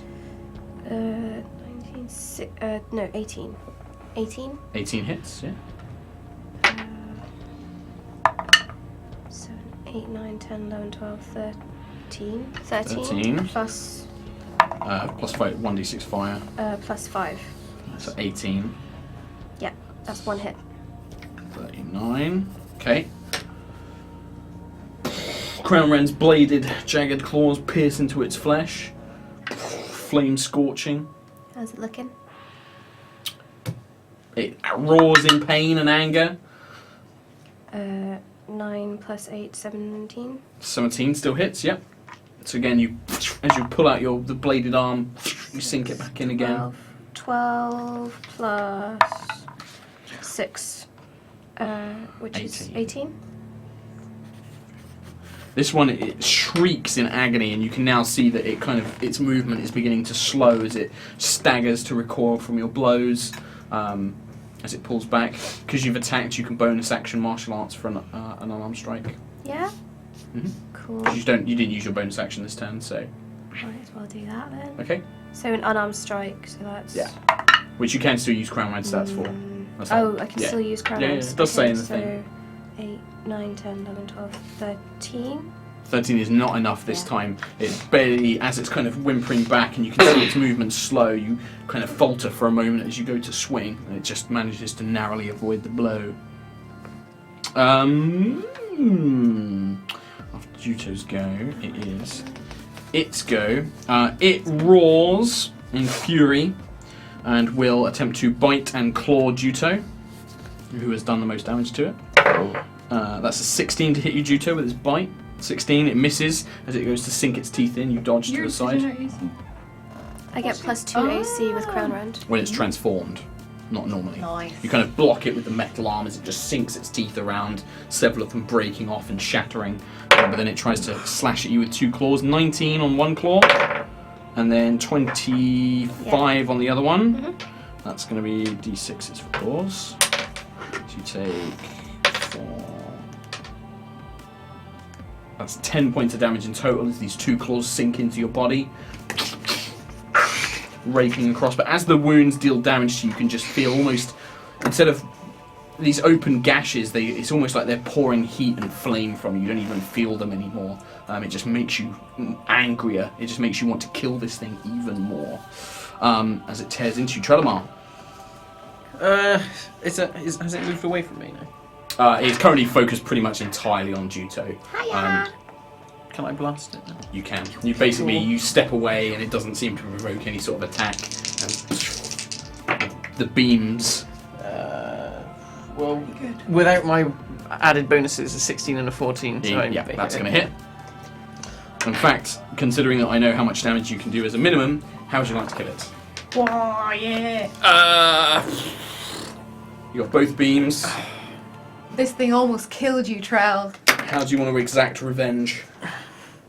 I want to target both beams directly up the arse. I knew you were going to go for the arse. There's a lot about the bum with you. Both beams just pierce through. Whilst it does seem to kind of hit the square rectal cavity, it's more that the beam basically splits it in half down the middle and just as it just falls into two halves, all the organs and gore and blood spilling out into a steaming pile. And then as it parts, the two of you look, and on the other side is Trelemar, who's just stood there like... He's like, yeah. I throw up immediately. Just blood everywhere. I just use Crown Run to just like wipe the gore off my face. Yeah. It's gonna hand you to a potion. There you go. You look a bit hurt. I am a bit hurt. I'm quite hurt. Am I still 4 health So, points. there is no need to keep initiative, because there's no more real enemies to worry about.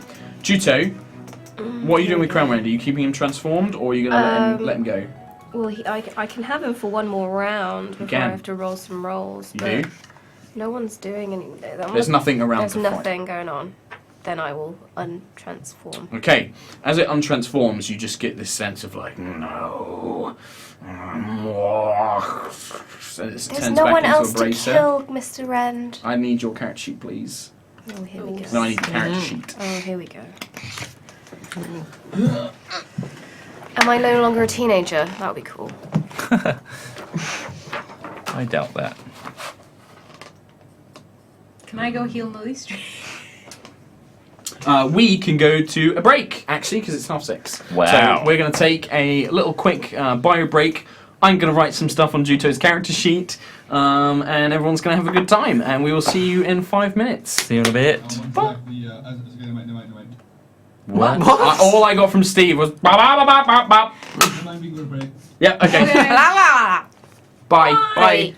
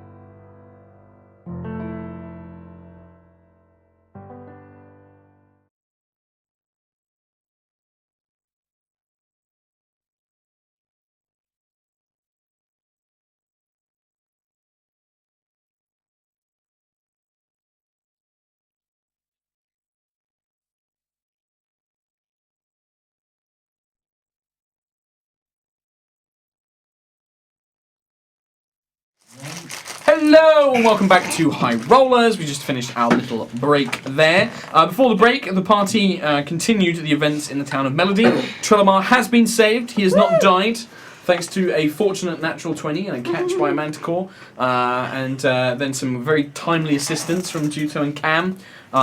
It all worked out well. As we left things, you guys had just finished killing the Hobgoblin Thrask and his manticore, whilst Elora was helping a number of guards, or soldiers I should say, rescue the town's civilians. Little bit of a time jump. So you've been healed. If you guys want to take a short break, short rest, character-wise, you can do that. What happens in the interim is eventually you meet back up near the entrance to the town itself. Yes, you may. Four guards basically carrying Nalistri kind of like on their backs and stuff like that. Elora and 4 of the town's guards basically walk back with a bunch of citizens. Some of them injured, some of them like limping and things like that, but they are all mostly alive. They are all alive. Mostly alive. You know, a few injuries, but nothing major. Is Nalistri still unconscious? He is still, after a short rest, he can spend hit dice as well. What am I doing? He gets one of those. I'm gonna roll one more. Why not? How many hit dice can you spend on a short rest? Up to your level. So 715. Nalistri, after about an hour, regains consciousness, and he seems to be a bit more of himself. He does seem to be conversing with some of the men and women that you rescued. And yeah, what do you guys want to do? So you currently have this group of big civilians. Civilians are all kind of crowded together. They all appear to be from that town Red Crop that you came from, that had been attacked, and that you knew that some of them had been taken from. And yeah, you can see Nalistri is talking to these various guards. He's kind of got his head bowed. He's kind of awkwardly, like, not looking at them, but is speaking with them as you go on. And the 4 of you are currently just recuperating together. Trell, give the griffin back to Elora.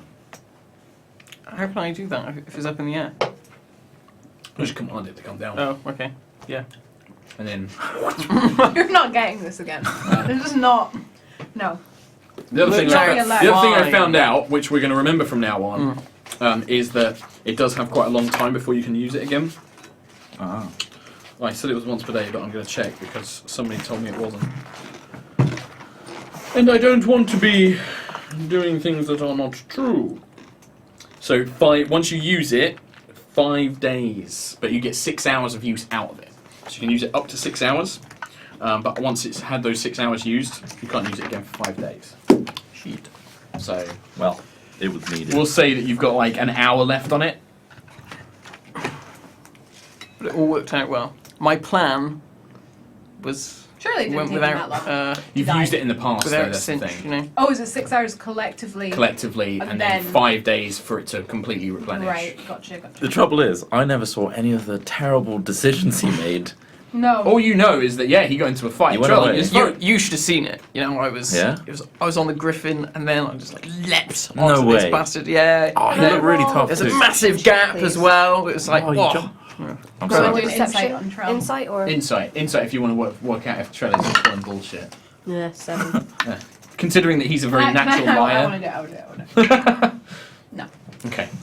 As far as you all know, yeah, you're convinced by his story that he fought job, man. valiantly. Yeah. I think without Trell, we never would have succeeded here today. The only thing that threw me is he tried to grab me by my genitals, and you know. We know you don't have any, yeah. But good job, nonetheless. Cheers. Right, so we've cleared our melody.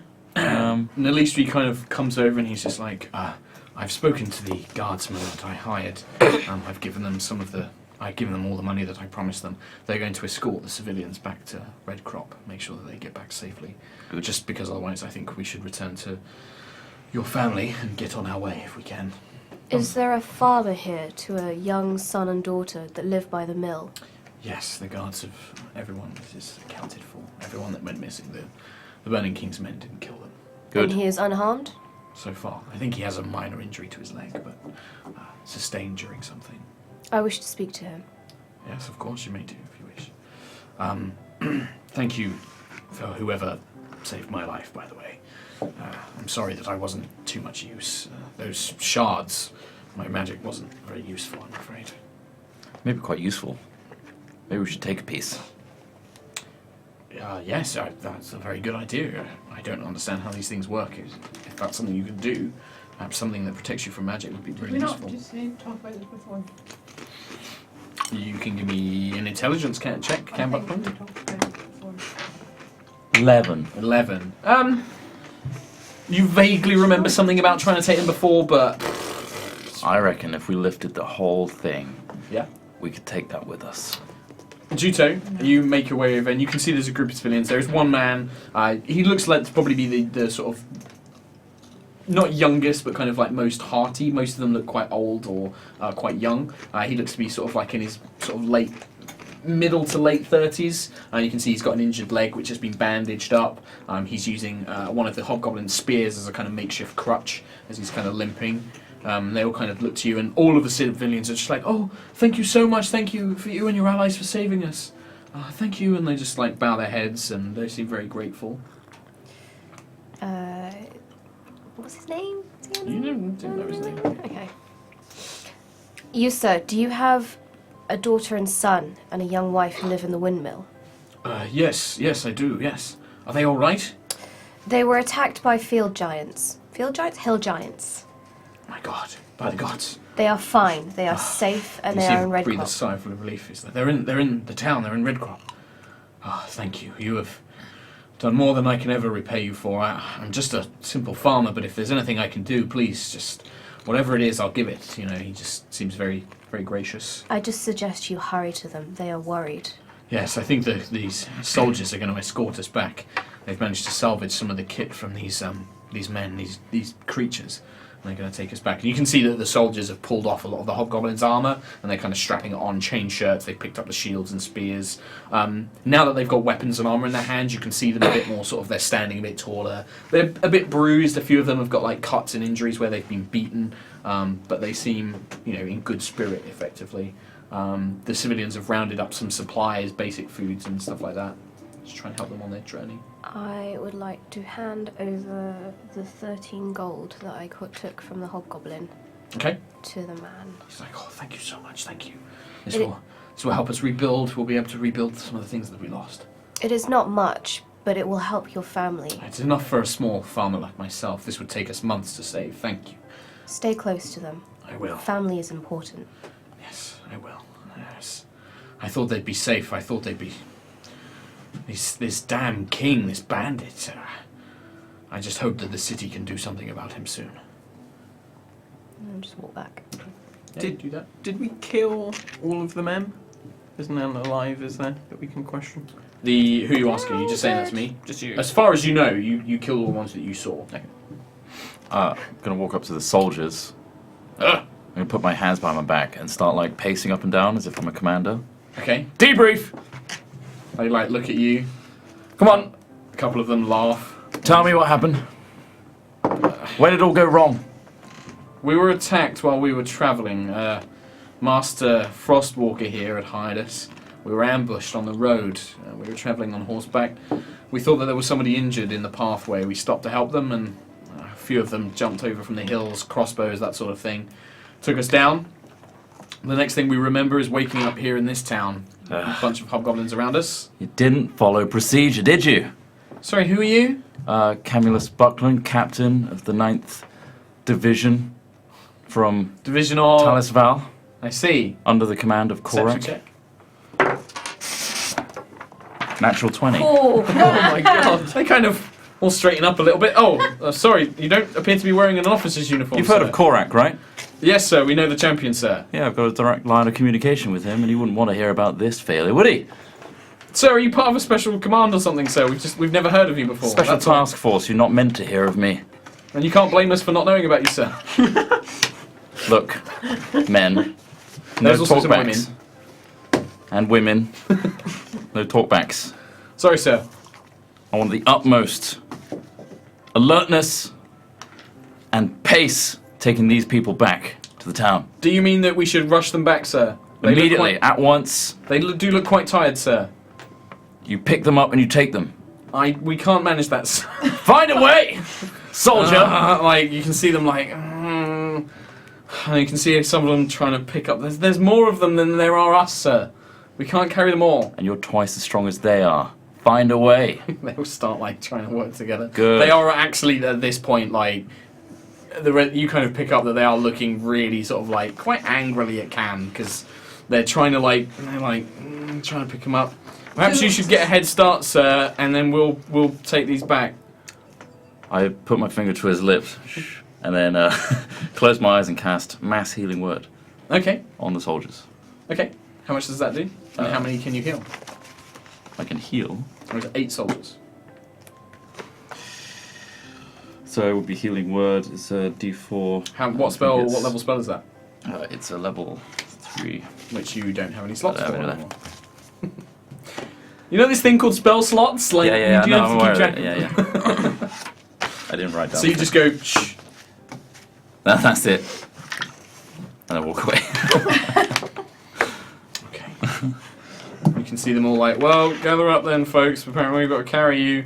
I was going to heal you then, but I was. Thank you, sir. It was going to be a big heal, and it's going to be really cool. Thanks, sir. Just so you know. Thanks. Cam Buckland. Yeah, we'll remember. Yep. I'm gonna go up to him, seeing this happening, and go, you don't need to rush them back that much. Just make sure they get there safely.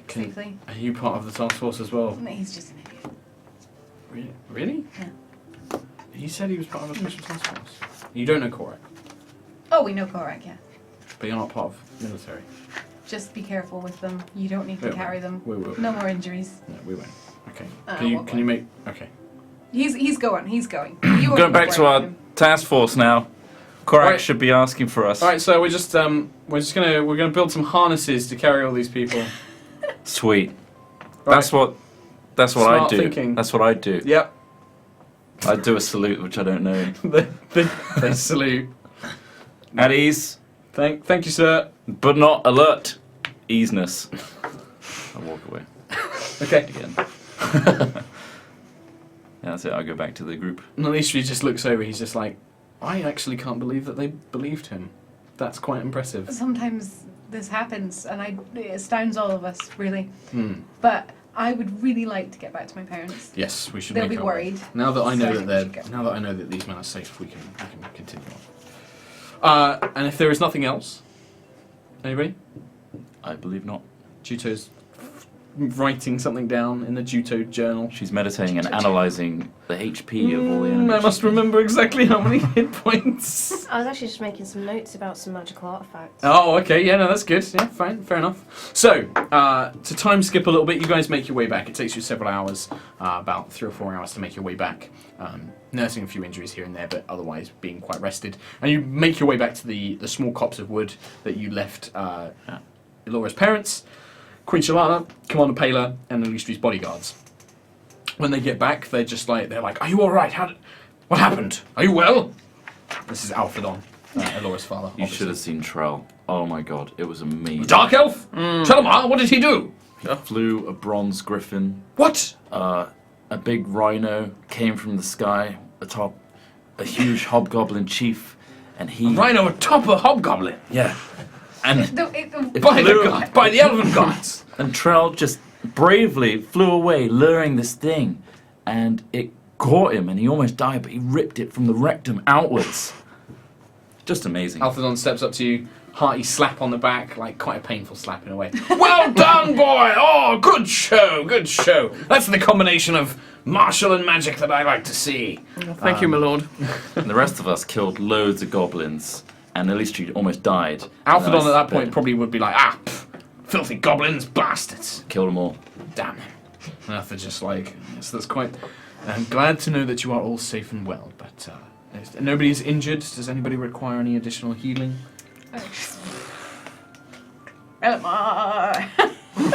It's like, I will... And she... Laura's mother comes over to you and she's just like, just relax, please. And you can hear her chant softly under her breath, and you hear the word Sehanin and invoking some sort of old school kind of prayer.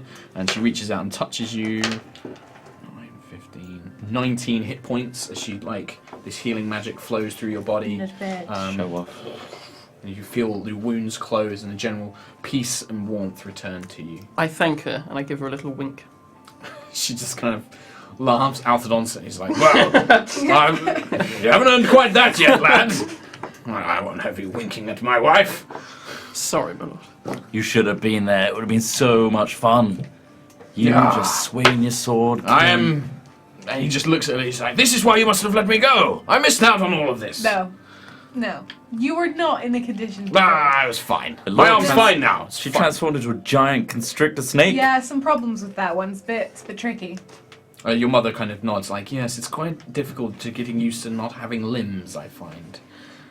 Turns out you can't drag a dead body far either. A dead body? Well, when Nalistri fell over, I tried to keep him with me. Just rubs his foot. Didn't really work. Yes. Fine though. Did you try to swallow him? I'm sorry that I wasn't much No. use. I slapped Nalistri on the back and said, he too fought bravely Yes, thank you, Cam. with his frosty magics. Yes, thank you. But unfortunately there were 4 Please shards stop. and he was No, totally please, useless just- at one point. And he almost fell down. So we But should. we be carrying saved on. him. I think we should leave.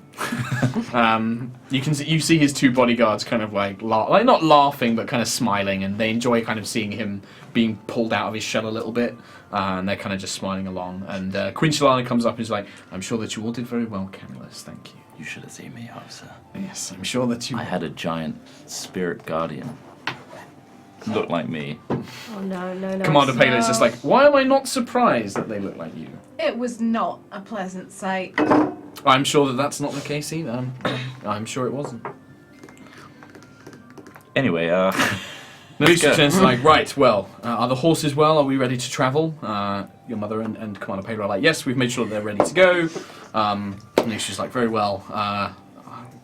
His ice horse appears. What are you laughing at? she did a funny sneeze. She did a funny sneeze.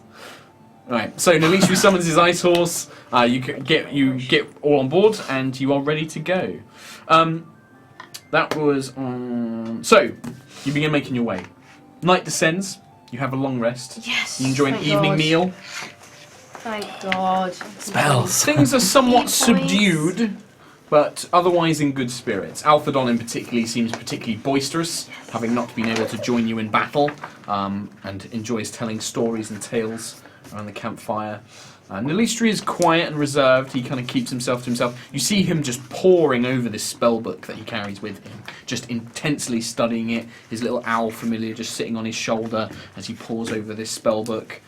You occasionally see him reach out to take a glass of water, frost it slightly, and then sip from it.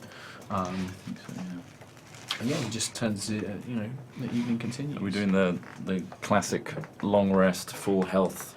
Yeah, we are in this system. Like, for those of you who play D&D, I've been looking at. There's a good way of doing long rests where you don't just get all your hit points back, which is pretty good actually, because the whole healing to full is a bit nonsensical sometimes. But for the purposes of this campaign, as that's the way we've always done it, I will continue to do so for now. So yeah, everybody gets hit points back. You get all your spell slots back. Everything is replenished, and you are well. Key points. Who's in this? The camp, so currently it's pretty much Alora's parents, Queen Shalana and Pela, and then the 4 of you. Nalistri is slightly off to the side. You can see him poring over the spellbook. His 2 guards are sat a little distance away from him, just enjoying their evening meal, basically, talking amongst themselves. I'm going to be asking my mama how to master the snake. Wild shape. She tries to give you advice. Frustrated. She kind of gives you some hints about learning to slither and not, getting used to not having any limbs. You have such a dirty mind. Mother, how do I master the snake? How do I master the snake? Well, my dear, let me tell you. I was trying until I looked at Matt's face and he shot me a look where he was like, I know what you're thinking because I'm thinking it too. I can't say anything without you guys just being. I like the idea that Trelemar would also have that that face in character. Like he would look over and be like, I do it to Cam. Yeah, I was gonna say. I just don't get it. He's just like, what? What's funny? Jesus wept. There you go. During the evening, You must grip it firmly. the elves. You must. It's a wild shape. You don't grip it. You need to control it with the rest of your body. Move on! You must become the snake. Let it into your body. You guys are literally the fucking worst. So during the evening, the non-elves, you guys sleep soundly and rest. The elves, of course, the bodyguards alternate watches, as is quite a to make sure that there's plenty of watches. But during the evening, the Nistri kind of comes over to Alora. He kind of shuffles over, awkwardly kind of just stands there, not really sure, and then eventually he sits down. He's like, I wanted to ask you a question. I'm not really sure how to phrase it, really. Also, thank you for helping. I'm sorry I didn't tell you about it before. I think I would have not made it out if I'd gone in there on my own. So thank you. Question I had was, are you all right? Sorry, am I annoying you? I can leave if you want me to. No, that's fine. I'm just gonna be very patient with him because I know how awkward he is. He's just like, well, you, what is it like in your family? Do you have arguments? Are there frustrations, things like that? How do you know that you belong to your family? Does that make sense? Like, I know you obviously you were your parents' birth, things like that. But do you never feel like an outsider? Do you never ever feel like an outsider, like you don't belong, or anything like that? I think I take so much from my parents as a person that I do feel like I belong. Mm. I took my druid magic from my mother. She always taught me. We were close growing up. My father taught me how to hunt. We spent a lot of time together. I was an only child. Maybe that could have something to do with it. Yes, possibly. But there are frustrations in every family. I'm not saying we've never fought. That's good, at least. I've never really known anything. I've never really left the Frostspire and the Winterspire, and I don't know. There's always been something. My mother is cold, but my father, he's just. It's like I'm a stranger to him. It's like I'm ashamed that he wishes to hide. He's never. I have a sister, and I did have an older brother, but he was never like this with them. I don't know what it is. Have you tried talking to him about it? I've always just done my best to not anger him. He is like the ice. He is deadly and cold, but patient. I never wish to see him angry. He's my father. I want to make him proud. I don't want him to be annoyed by me. So I've always just done my best to do the best that I can to stay out of his way, support the family as best I can. That's why I learnt magic in the first place.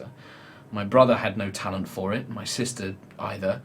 My mother is a sorceress. She's always had an innate magic about her, but I knew that we needed somebody that could master ice, that could shape it, control it, that it would help the family.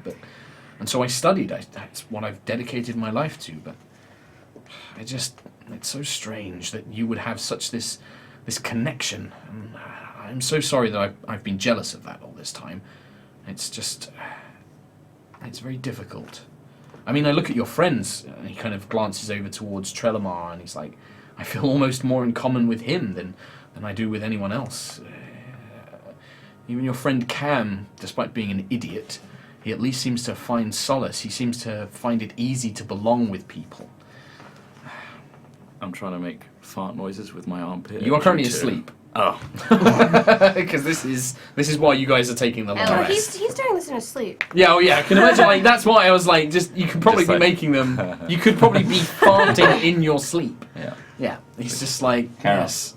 For a simple man, he does seem at least able to connect with others. I just don't know. I don't even know what I'm really asking you, this is very difficult for me. Every family's different. It's not black and white. It's not always what you see either. Like I said, it's not like our family haven't had their fights. We have, but you get through them. And maybe you should try talking to Trelemar. Everyone's got a different story about their family. Yes.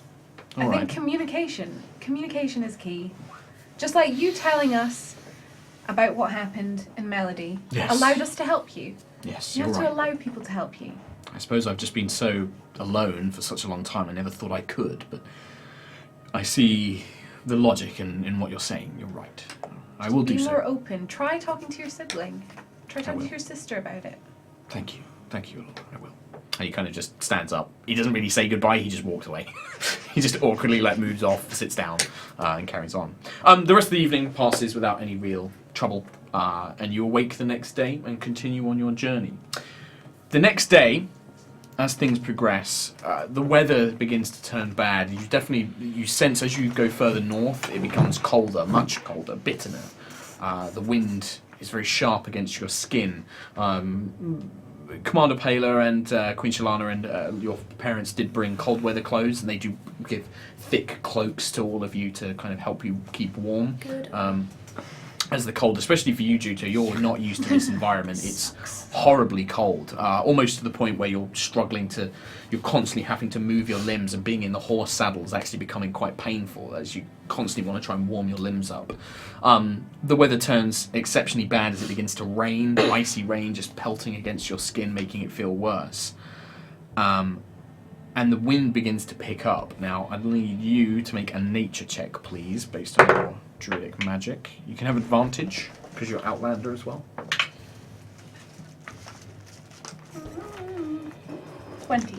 20. There is very bad weather approaching. You get the sense that a storm front is moving in rapidly, unnaturally quickly. Your mother kind of casts you a worried glance, and the two of you share a moment, and you begin to feel that this might not be a natural storm. This is something, there's something magical about this that's being created.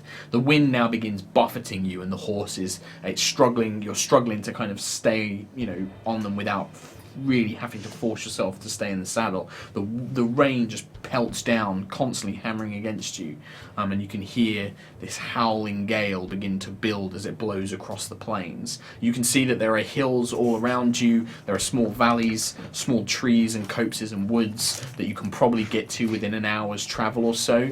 You suspect you may have perhaps two hours before the real heavy storm hits. Okay, is Nalistri still leading everyone? Nalistri's leading me. You can see him struggling, and he turns around. He's just like, I don't know what to do about this weather. And he's like having to shout down. It wasn't this bad when we travelled this way. I tell him it's not a natural storm. Something magical is happening here. We need to find cover. Where do you suggest? You and your mother will know better than for this. Would we know which place is better to go to? What did you say, woods? There's several hills and valleys, but then there is also a couple of small woods and things like that. The trees will help break out some of the wind and give you some shelter under the canopy, but it's also tricky because that could also, if it gets strong enough, it could blow trees down, which could become a danger as well. The valleys will offer you, again, a little protection, but not entirely. And if there's loose rocks and things like that, they could also cause those to tumble. It's a tricky decision. I think we should go to the woods. Okay. Wind begins pelting against you. Elora would want to go to the woods. Okay. Is that what you're saying to the group? Yeah. Okay. If my daughter says so, then that's perhaps where we should head. Alphadon calls out as you're... Can't see shit. Yeah, it's like the rain is so thick, it's just covering you entirely, and you can just feel this pressure beginning to build. Out in the distance, you do hear the crash of lightning, followed by the low rumble of thunder. Don't like that. You lead the group about an hour or so away to a small woodland. As you manage to get in amongst the trees, obviously the pressure of the wind does begin to die down, but now you just have this almost banshee-like wail as the wind blows between the trees, just creating these paths of strong air. The brush is all being picked up and all these twigs, and eventually you house yourself. Aletha looks over and she's just like, Elora, I don't have many spells. Most of the things I prepared were healing. Do you have anything that can help us here? Would elemental attunement help at all, at least? Clear a path? Maybe. What do you want to do with it? Use it to kind of just... I actually didn't even prepare different clear spells. away a bit? Yeah, you can kind of break out the air. You can almost, try and clear the area around you so there's not anything to be kicked up. Just so it shields. So you kind of move the earth and things around. And the Leechstrees begins conjuring like a not quite a thick wall of ice, but like barriers between woods to try and give a windbreak. He's just like, I'm not sure how long that will last. What I need everybody to do now is you will all need to roll an initiative, but this isn't necessarily a combat. I just need to know a certain order of things. I can't roll. I'll have all the NPCs go at once. Okay. Okay, Cam. 7. Elora. 6. Trelamar. 11. Juto. 14. Okay. So at this point, the storm, it takes, by the time you kind of start making preparations and things like that, the storm is basically about to hit you full force. The wind picks up to the point where staying on your feet is becoming difficult. The rain is creating this almost a wall. Visibility is very poor. You can see maybe 10 feet around you, and that's about it. The wind is becoming so cold that you worry that it might start turning to ice or snow, and it's actually blowing against your skin, and it's becoming so cold you're suffering. You're almost in pain at how cold it's becoming. The rest of you are okay, but it is becoming severely bad. You're fine because you're resistant to cold. You're not feeling the cold, but like the wind is really trying to keep you off your feet. What I need everybody to do is on your turn. What are you doing to try and prepare and shelter yourselves? As this warm, and you can hear thunder beginning to call in, like the thunder is getting closer. The counts between the lightning crashes and the thunder waves are getting shorter. Do we have any rope or anything? Do you have it in your packs? I've got like an explorer's pack. Then you would have about 50 foot of rope, yes? I'm going to suggest that we tie ourselves to each other, just so that we are all together. Okay, so as a group. That's what you want to kind of spend your turn, is like tying everybody up. So they've got at least people like so connected we've got to you. we're not like, Yep, so you're anchored and stuff. We just know where each other is, and we're all just together, and that includes the king and Yeah, you've got enough room to tie pretty much everybody. The others also have like their own packs, and you can see a couple of the bodyguards begin doing the same thing, following your lead and doing that. Can I use like my kind of just fire to just try and heat myself a little bit? Yeah, you can create like a fire. You can try and get a fire going. The difficulty is that the wind keeps blowing it out. Like the wind is so strong that any fire you conjure is almost.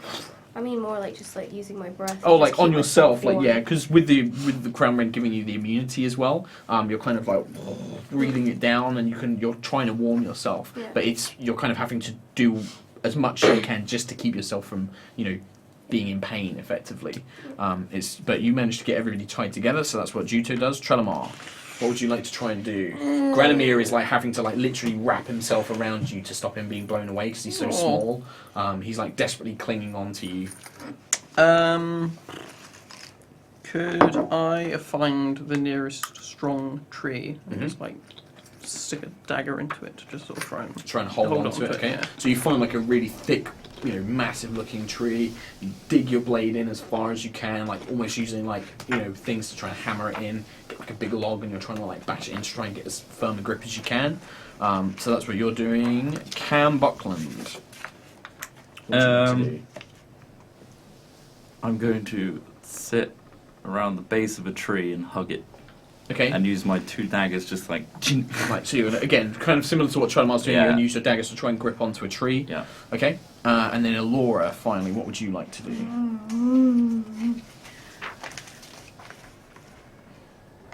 I want to try and druidcraft some, like, vines and try and tie myself to a tree as well. And, like... Okay. And...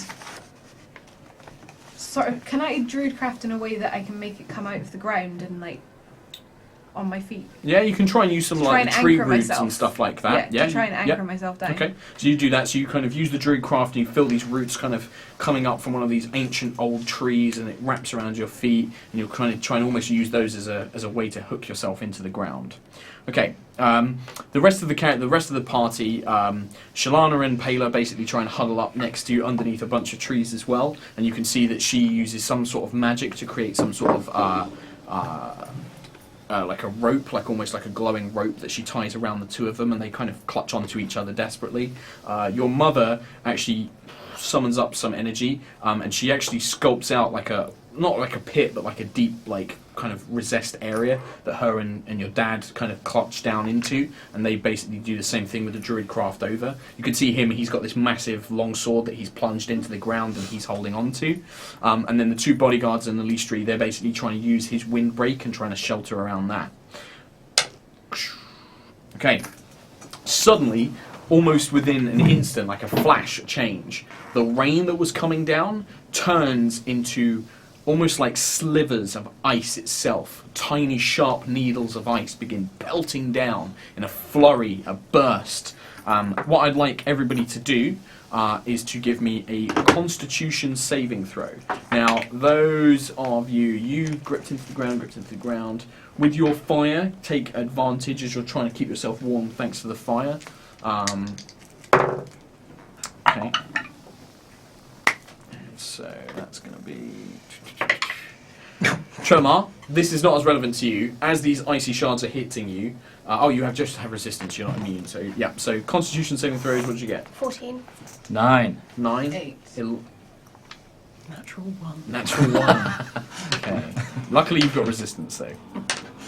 Okay, so... right. So, all of you who failed, which is basically everybody except Juto, you will take 10 points of cold damage, half for you, so you take 5. As these icy shards are just pelting against your skin so badly that it's actually, you can feel them numbing your limbs as these shards just rain down from the sky, just absolutely hammering the area. The canopy barely giving you any protection. Juto, you basically inhale a deep breath and basically just cover yourself in flames to try and survive and manage to shrug it all off. Trelemar, you feel the power of the mask, just basically covering your body and providing some resistance to this as this pelts against your skin. You can see that the others all seem to suffer quite badly, just not expecting this sudden downpour of icy magic as it begins to hammer against you. The storm begins to swell once again. The icy shards disperse back to rain, but now you can feel that like the thunder grows closer. Another blast hits. You hear trees fall in the distance and the spark of flames as lightning hits nearby. Okay, Juto, do you want to try and do anything else, or are you just going to try and carry on gripping onto what you've got? So we're all like tied together, aren't we? Yep, everybody's currently tied together. Can I use elemental attunement to kind of try and create some sort of shield above us? I think with the elemental attunement, because it's not super powerful, you could probably create enough like around yourself, but it'd be very difficult to get it across the whole group. What about is there anything around us that I can use? Like, so I basically have levitate on my doslu. Is there anything like natural that I can use to levitate above us to create a shield? Not immensely. There's at the moment, because you did what you did earlier, you kind of cleared all the debris away, so you're basically on sort of like rough dirt, grassy ground in this main area. There is some dirt that was like pulled away when Eletha kind of created this small kind of like hole, but not really anything solid that you could raise above you. Nalistri does call out. He's just like, I could try and create a plane of ice. I could try and create like a platform of ice. If you wanted to try that, Juto, and he's like calling this to you as like this, levitate that. Yeah, so he could create like a sheet of ice, and then you could levitate that up. I'll do that then. Okay. I'll cast So Lystri kind of summons his will, and this big, thick kind of 10-foot square, so it's about 20-foot cube of ice kind of forms on the ground, and then you strum on the DOS lute, and you basically can just move it horizontally up at this point. So you just raise that above, and that does like there's the rain now pours on the outside of this thing as it's being hammered.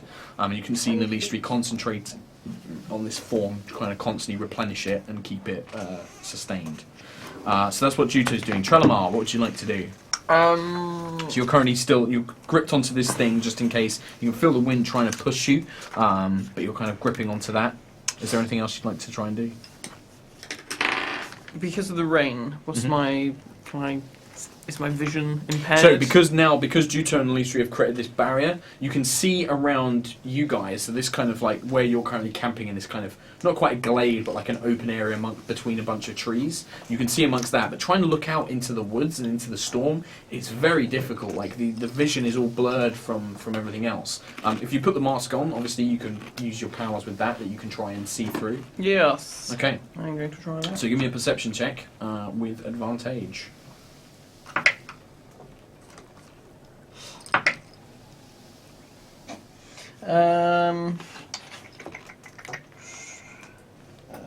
15. 15. As you're peering out and you're peering through the woods of the trees, these thin areas, trying to peer through the rain, you look up and you don't see anything around, but as you look up into the clouds, you can see that there is something up in the clouds, moving, flying between them. And as it does, lightning begins to hurtle down from those spaces and the clouds swirl and storm. Something up there is causing whatever it is down here, but you're not quite sure what it is. You can't penetrate through the clouds to see. Shout out to everybody. There is something in the clouds and it's causing the lightning. Cam Buckland.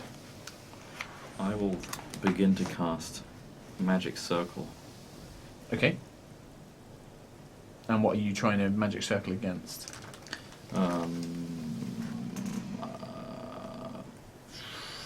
Fiends. Okay. That takes 10 minutes to cast, right? 1 minute. 1 minute, okay. Yeah. So you see Cam, that means you have to let go of, you kind of come off where your section on the tree, and you're basically like stay conjuring underneath the sheet. Yep, and you're conjuring, basically the circle will fill the space underneath the ice sheet. Yeah, a 10-foot radius, 20-foot tall cylinder. So as you're doing that, the only thing I need you to do is just give me, because the wind is so strong, you need to give me a athletics check. 11. That's okay. You're basically doing it, but you can feel it trying to push you, but you're managing to stand your ground as you're casting this spell and beginning to summon the circle. Elora, what would you like to do? Who's next to me? I'd probably imagine that you'd be right next to you, be as close as you can to your parents. So they're in this kind of like dugout So I'm not mound. near Cam. I would imagine not. Well, he's only like 5 feet away. He's not like super far. And we're all tied to each other. Yeah, you're currently all tied to each other by rope.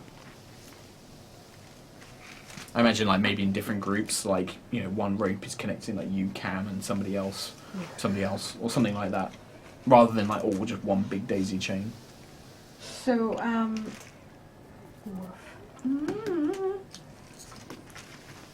This guy, which one am I going to call this? I'm going to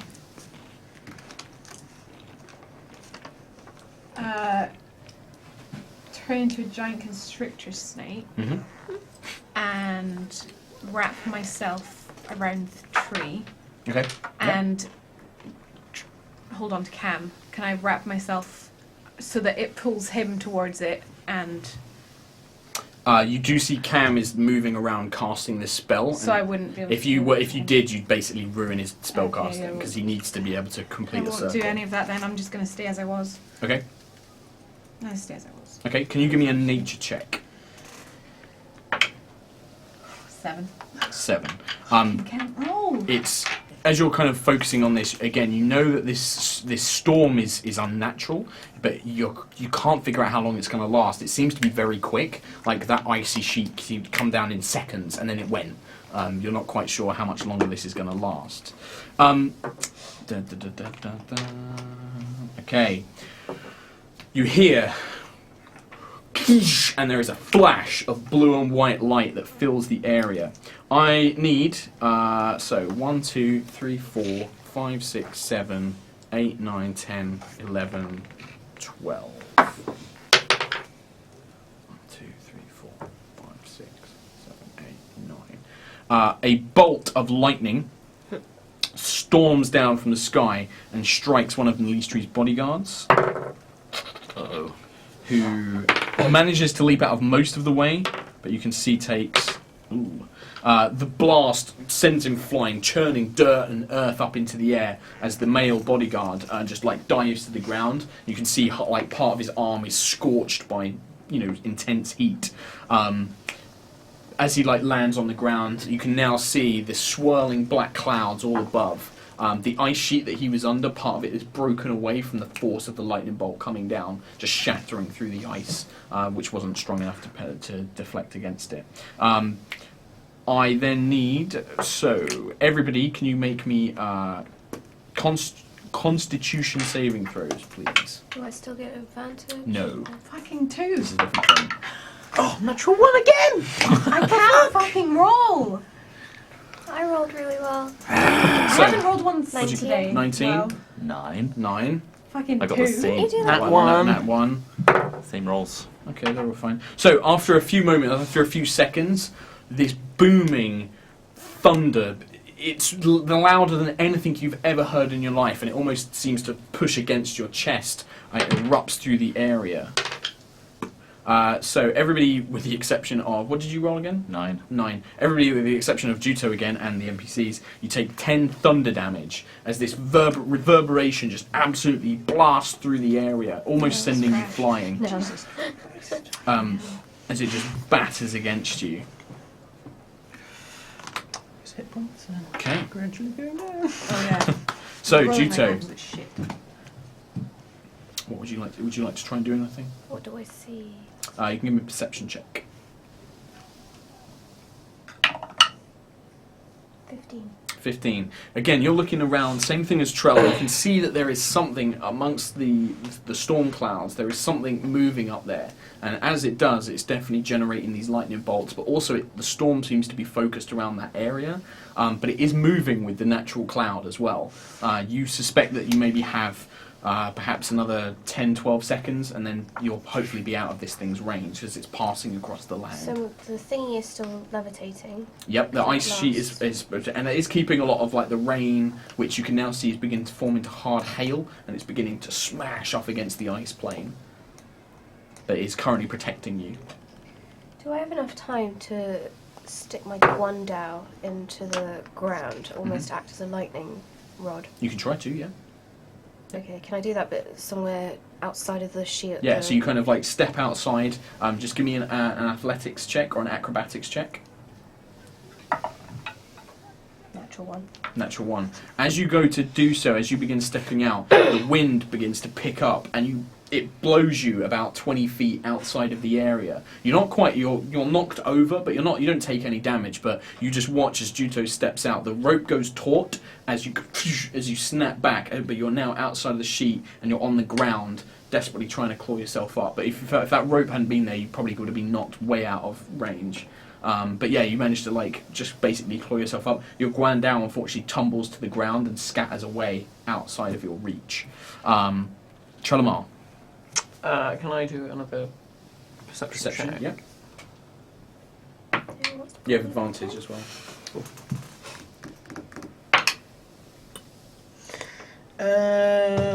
20. 20.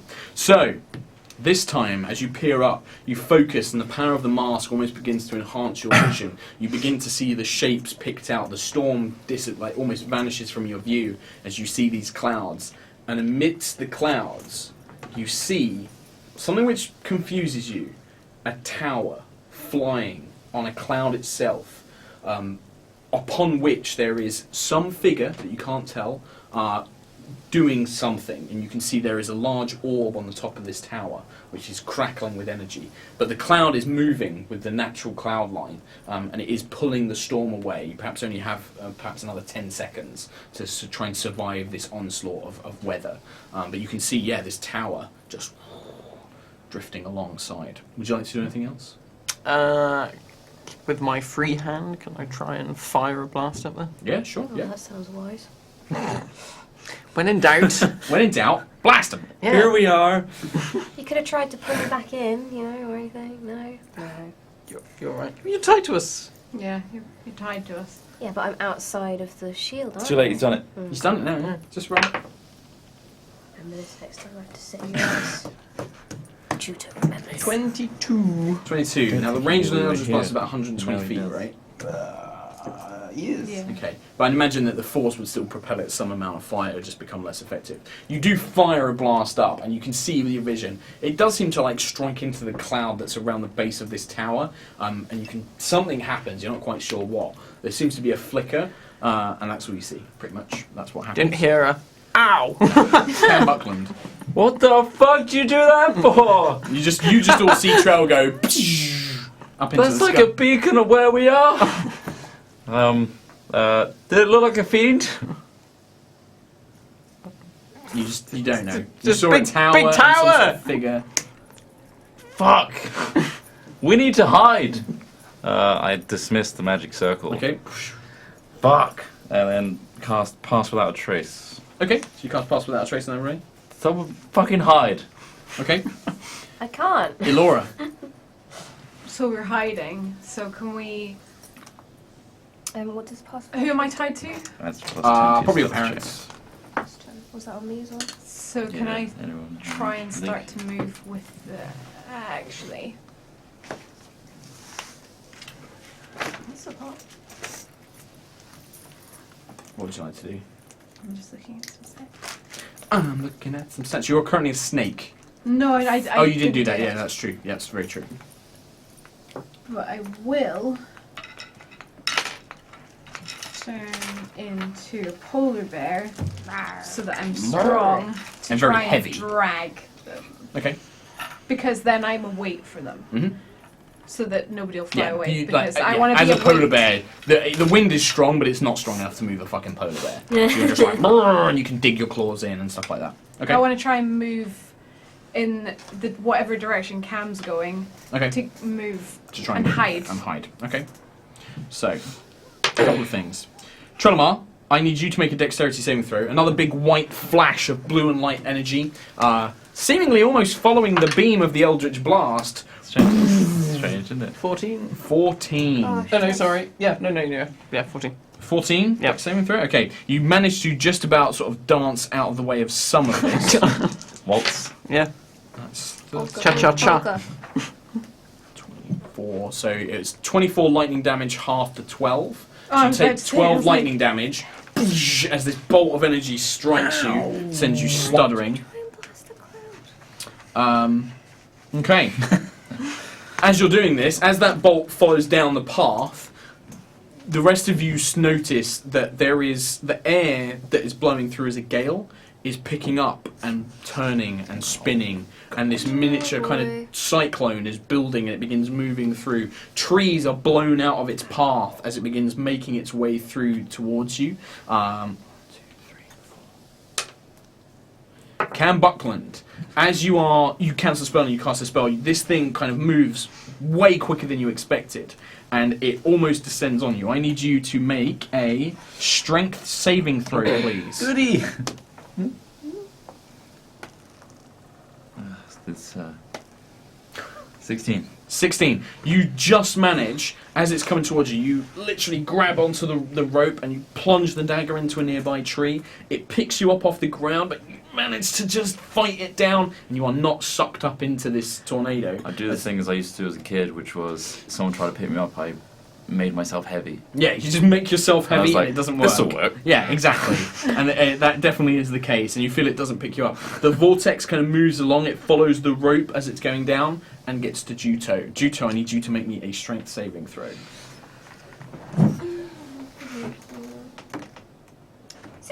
6. But as you're currently lying on the ground, you don't have quick enough reactions to grab something, and you are picked up, and this cyclone picks you up into the air along with a bunch of sticks and branches and things that is blown off the trees, and you are currently spinning up in the air, the tail end, the sort of end of this rope basically being thrown around. Everybody make Constitution saving throws as the thunder from the lightning blast reverberates through. 16. 18. Wait. 5. I rolled an 18. Shit. You rolled an I 18, that's fine. so- That's fine. So everybody but Trelemar. So, Trelemar, you're going to take another 7 points of thunder damage. Oh, As goody. this blast of thunder reverberates through your I'm chest down once 7 again. hit points. Yeah, just like, Trail's gonna go down again. Just cut 'em loose. However, Yeah, fuck it. Just let me die, guys. however, with that last blast of thunder, the wind begins to blow through once again, but then begins to die down, and as you watch, this dark storm cloud passes over where you currently are and begins heading towards down into the south towards the Dawn Republic, just blowing through. And there is a moment, and then it's almost as if nothing happened. The world, there is bright sunshine. The world seems at peace almost instantly. Jump underneath where Juto currently is in the air. Yep. You go to land. Give me an acrobatics check. I also have slow fall as well. Oh, you have slow fall. You literally just as you go to catch her, you basically there's a tree close enough by. You put your hands out, martial arts movie style, slow yourself down, and you just stand next to Cam. Like as he's looking up, you just kind of land gently next to. And I'm just going to look at him and then look up. You weren't supposed to do that. Oh. Never mind. What the fuck was that weather? Also, is that going that way? You can see that the other elves, your parents, Shalana, Pela, and the bodyguards, some of them have taken quite a lot of injury, like the thundery blast, like your father's kind of holding his chest and like, I've never seen elemental magic of that strength before. That could be heading to Talis Val. Give me a nature check, you and your mother. Well, I'll do your mother, obviously. With the new sneak tactic. 15. It's definitely heading towards Talis Val and the rest of the Republic. We need to warn Korak. How? And at least she's like, that storm was moving unnaturally fast. I mean, that passed over us in a matter of seconds. Is there anything that's faster than that? Nothing I can think of. Something about that screams broken sky. All I can tell you is I caught Clouds, lightning. Cloud giant. I caught a small amount of the magic there.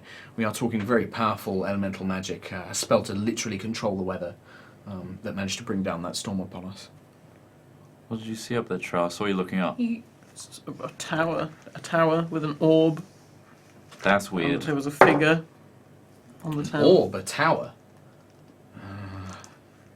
Well, if I know that there are cloud giants that have towers that are kingdoms, castles, in fact. And sometimes their towers can be sent out almost like mobile fortresses. It could be to do with Princess Felania. It's the broken sky, Right. for sure. Is this A cloud giant. ruler? Someone you know? She's the leader of the She's the broken leader of the Broken Sky. The force that is moving against the Dawn Republic to try and eliminate Korak. Seems like they... I'm sorry, I'm not up to date on this. You can I'm see gonna spend some time catching Elistria. Alphadon is just like, by the Pantheon. This is terrible. Is there anything you can do with your power to send word to Korak? I know that this might not be a super comfort, but not myself. But if we can get to my spire, we have devices for sending messages. That's how we contacted Elora's father. Every second we waste here is a second let's of go. that storm going towards Talis Val. Yeah, so it will probably take, it's taken us 5 days, but it might take a day or two to reach the capital itself. What choice do we have? Yes, you're right. Very well. Let's pack up our things and begin making our way. Yeah. So, you're injured super badly, aren't you? Yeah. Laura's mother will heal you again. I can hear. Is my father injured? It's basically like, there's a lot of people are injured. You get 22 hit points back from Aletha, who is also going to heal Alphadon. She's like, Elora, you heal your other friends, make sure that everyone else is alright. I can cover most. Do you guys need healing? No, He's weirdly, fine. I took no damage. I'll heal myself. Are you sure? Yeah. Yeah, your mother heals everybody else. Cam touches himself and heals himself. Yeah, it's not surprising, is it really? Why would you touch your face? Why wouldn't you touch your other face? Actually, I'm going to use a true. potion. Why The not, face. Cam? I'm going to use a potion. Use the Don't kinky use a sods. potion. What? Well, he's already used it using now. A potion. It's a waste. I'm eyeing up the potion. You've healed yourself. You just healed it. I was healing myself. I'll do that. Don't touch yourself. Do you still have the potion in your hand? I'm gonna swipe it out of his hand and cast second level cure wounds on him. You gonna swipe it out of his hand? Give me a dexterity saving throw, Cam. 16. It's enough. So Laura goes to swipe it out of your hand, and it kind of goes to tumble, but you catch it. You're like, ah. Don't do But that. the message is loud and clear. Don't fucking drink the potion. Don't waste those. Okay. Do you still need healing? I'm healing myself. You're- 3, Do a level 3. 4, 8. You could have used Cure 8. Wounds. He I doesn't don't have have it. cure wounds. He could pray for it every morning, and he doesn't. He chooses not How are to. you? Please. I do a second level. That'll I do. didn't take any damage. No, I know, you're fine. I mean, I flew up in the thing, but... You would have taken some the next turn, basically. You would have just been Right. constantly hit by stuff if that had hit earlier, the storm had hit earlier. I very obviously go up to the queen. I'm just like, or I don't look at her, but I'm just like, I just can't. Queen Shalana or Laura's mother? Laura's mother. She like looks over at you. She's like, oh dear, what have you done here? And like a very mother, she looks at it and she's like, oh dear. Instant cyclones. She's like takes out like a small handkerchief, spits on it, and then rubs it against your wound. But you do regain Elf spit. 8 hit points. As you do feel some healing magic transfer through. Thank you, my queen. There you go, Laura. Just You are welcome. Spit into a jar for everybody. Can we use that? She knew like charlatan, sort of like, I got elf spit here. Heals as many wounds as you need. Cures what ails you. So, after you've all healed up, you begin making your way. The rest of the journey. Wait, would we be Oh, counted as up, having up, a short up, rest? Nope. No, okay. No, that's like an The hour of doing suckiest nothing. short rest ever. Yeah, it would be like an hour of doing nothing for a short rest. And if time is of the essence, which you believe it is, you may not have to enough time. We to did a short rest in a If cyclone you booth. believe. So, you guys pack up your things and you begin making your way.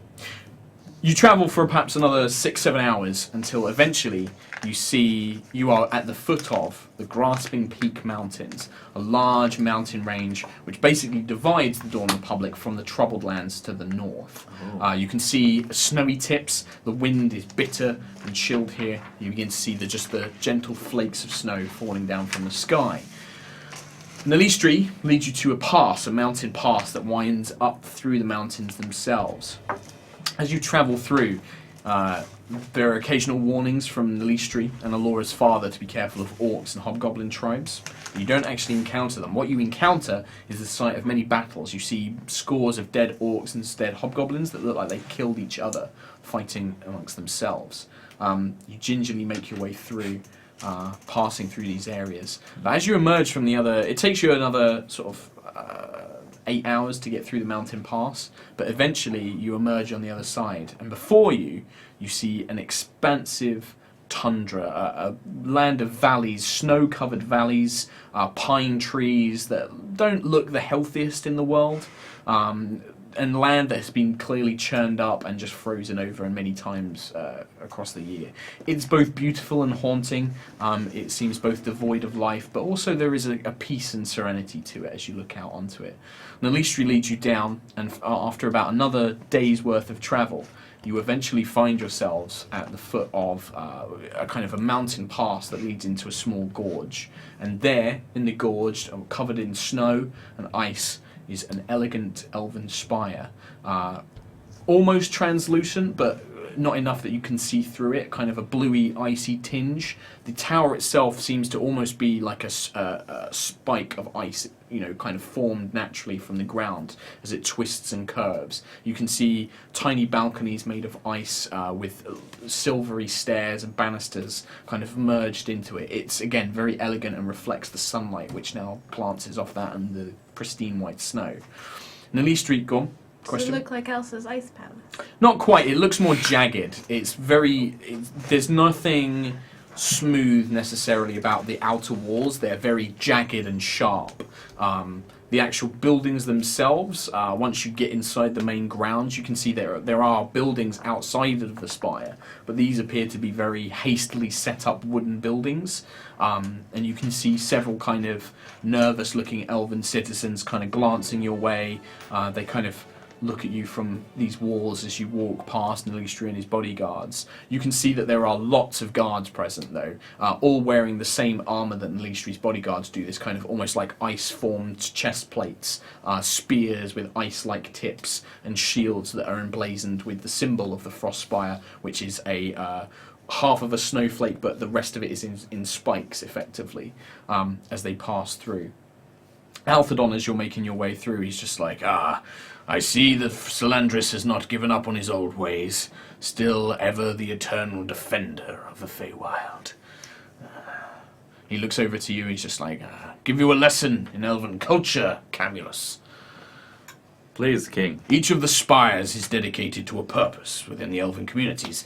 For example, the Moon Spire is about wisdom and knowledge of the natural world. We are warriors, but we're also scholars in a sense. We look after the Feywild. The Summer Spire, that is the realm of hunters and champions. They ride out to fight the enemies of the Feywild, the Archfey, head on.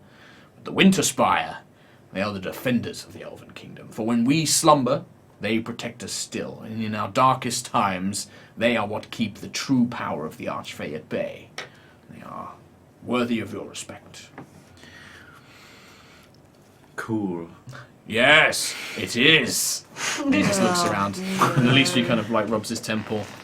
He's just I like, was going to say to him, we need to communicate the message to Tausval immediately. yes, I will We take can you talk there. to your father after that. Anything else can wait. Yes, well, as he's leading you, perhaps what is best is if yourselves and I go and find the messaging station. We can send word to this champion of yours. Lord Alphadon, if you can make your way to see my father, you know what he's like. I will take the rest to send a message. He's like, do not worry, dear boy, I will go and see your father, as you make your way in. The doors of the spire open, and you can see that there is a long procession of guards that open it up. As Nalistri walks past, they raise their spears and bring them back down, and you are led in. Your horses are led away and were taken to some stable and part of the area that you can't see, and you are basically dusted off, your cloaks taken off you. Inside the spire, the tower itself, it's pleasantly warm, you don't feel cold, it feels quite, very room temperature normal. And as you're approaching, you see a man, a very elderly, kind of probably in his late 60s, elf, long pointed ears, grey hair all pulled back, tied into a ponytail with a braid, wearing blue clothing very much like Nalistri's, slender long sword at his side, and on his arm is then a kind of elderly looking elven lady. You can see that she has a face which speaks of tragedy.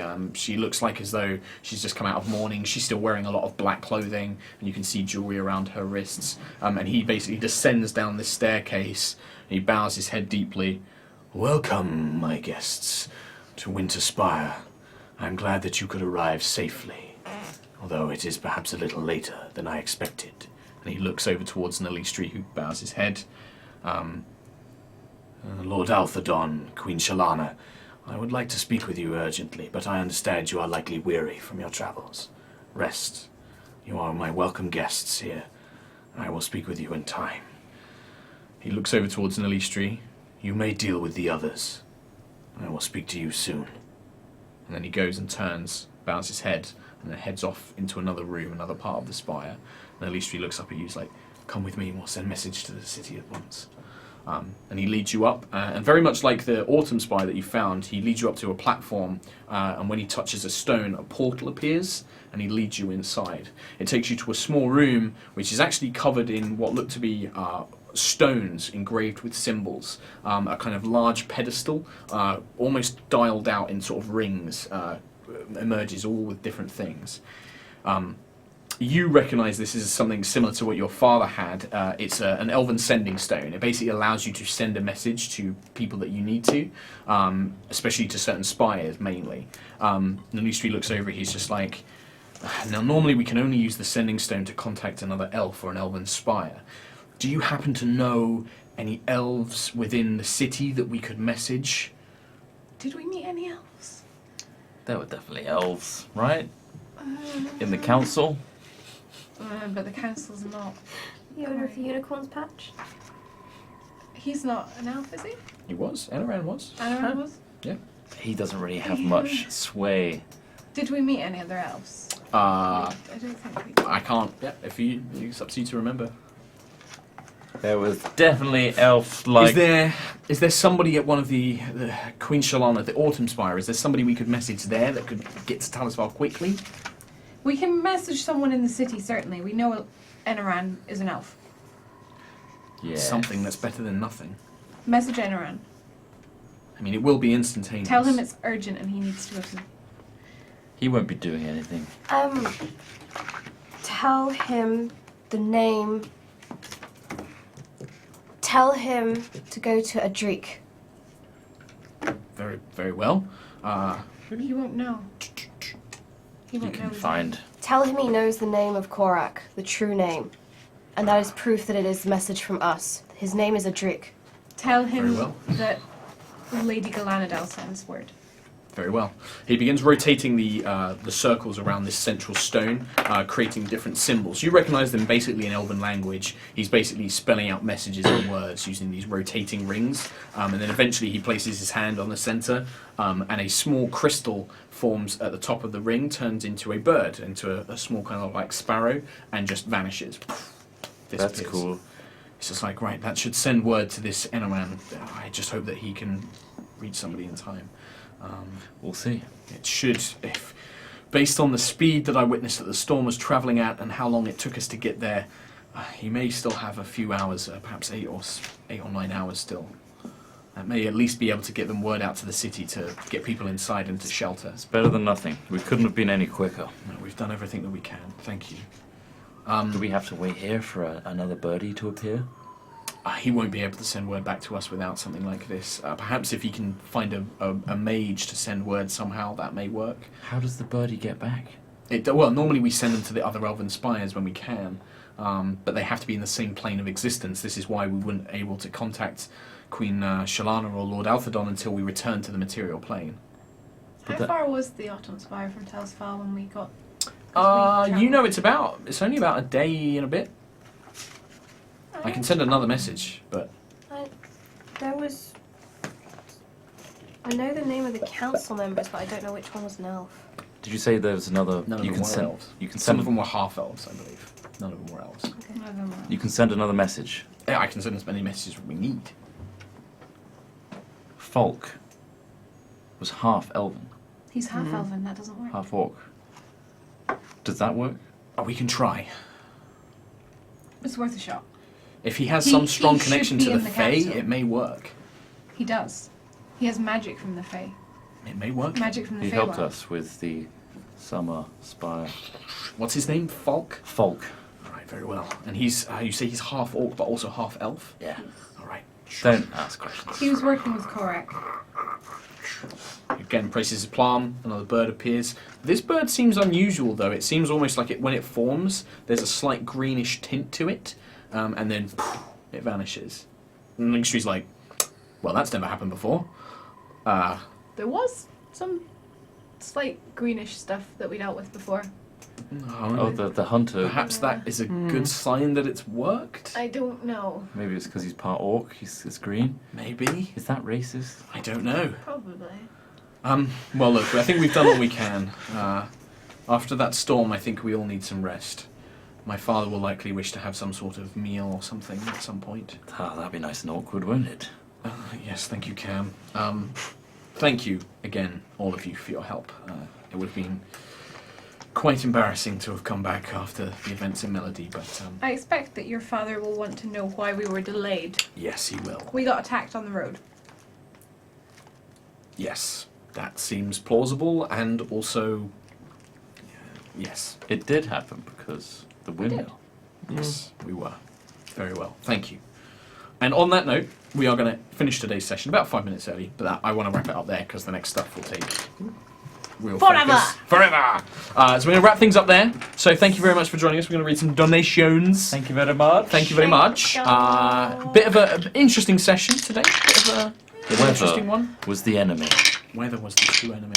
not just monsters, Melania, goddamn but the Melania. elements themselves. Yeah, the cloud giant. Do you know the cool thing is, so I can kind of reveal this now because this is obviously hinted that there is something above the clouds that was doing something. Yep. Some person on the HighRollers Reddit was like, Mark keeps describing the weather as cloudy. Like, he keeps mentioning this cloud over the Dawn Republic, but it's not anywhere else. Cloud giants have cloud cover, and he kept like, they were like, I wonder if that means something. Well, there you go. it does mean something. It does mean something. Clearly. So, donations. Steve has got it all up and ready to go. He's gonna. I think he might come in and he move might this come in. over. Steve, can you come in? A lot of Or stuff do you want to here. try and move it? Or in which case, Do you want to move this so you can put it up on there? us three can Yeah, begin. we can start. Bra says, hey, nice to see you. Thank you very much. Thank you very much. Hey. Thank you so much. Nightjar says, I will say it slowly so that Steve has a chance to get Steve, there. no, he's not going to have any time. Happy birthday, Katie! Less than 3. Cheers. Here's to a joy and cake-filled session, comma, with no death. At least no good guy death, bad guy death is acceptable. If someone did die, eat more cake. Hashtag cake or death, hashtag cake no death. I think that cake will be my death.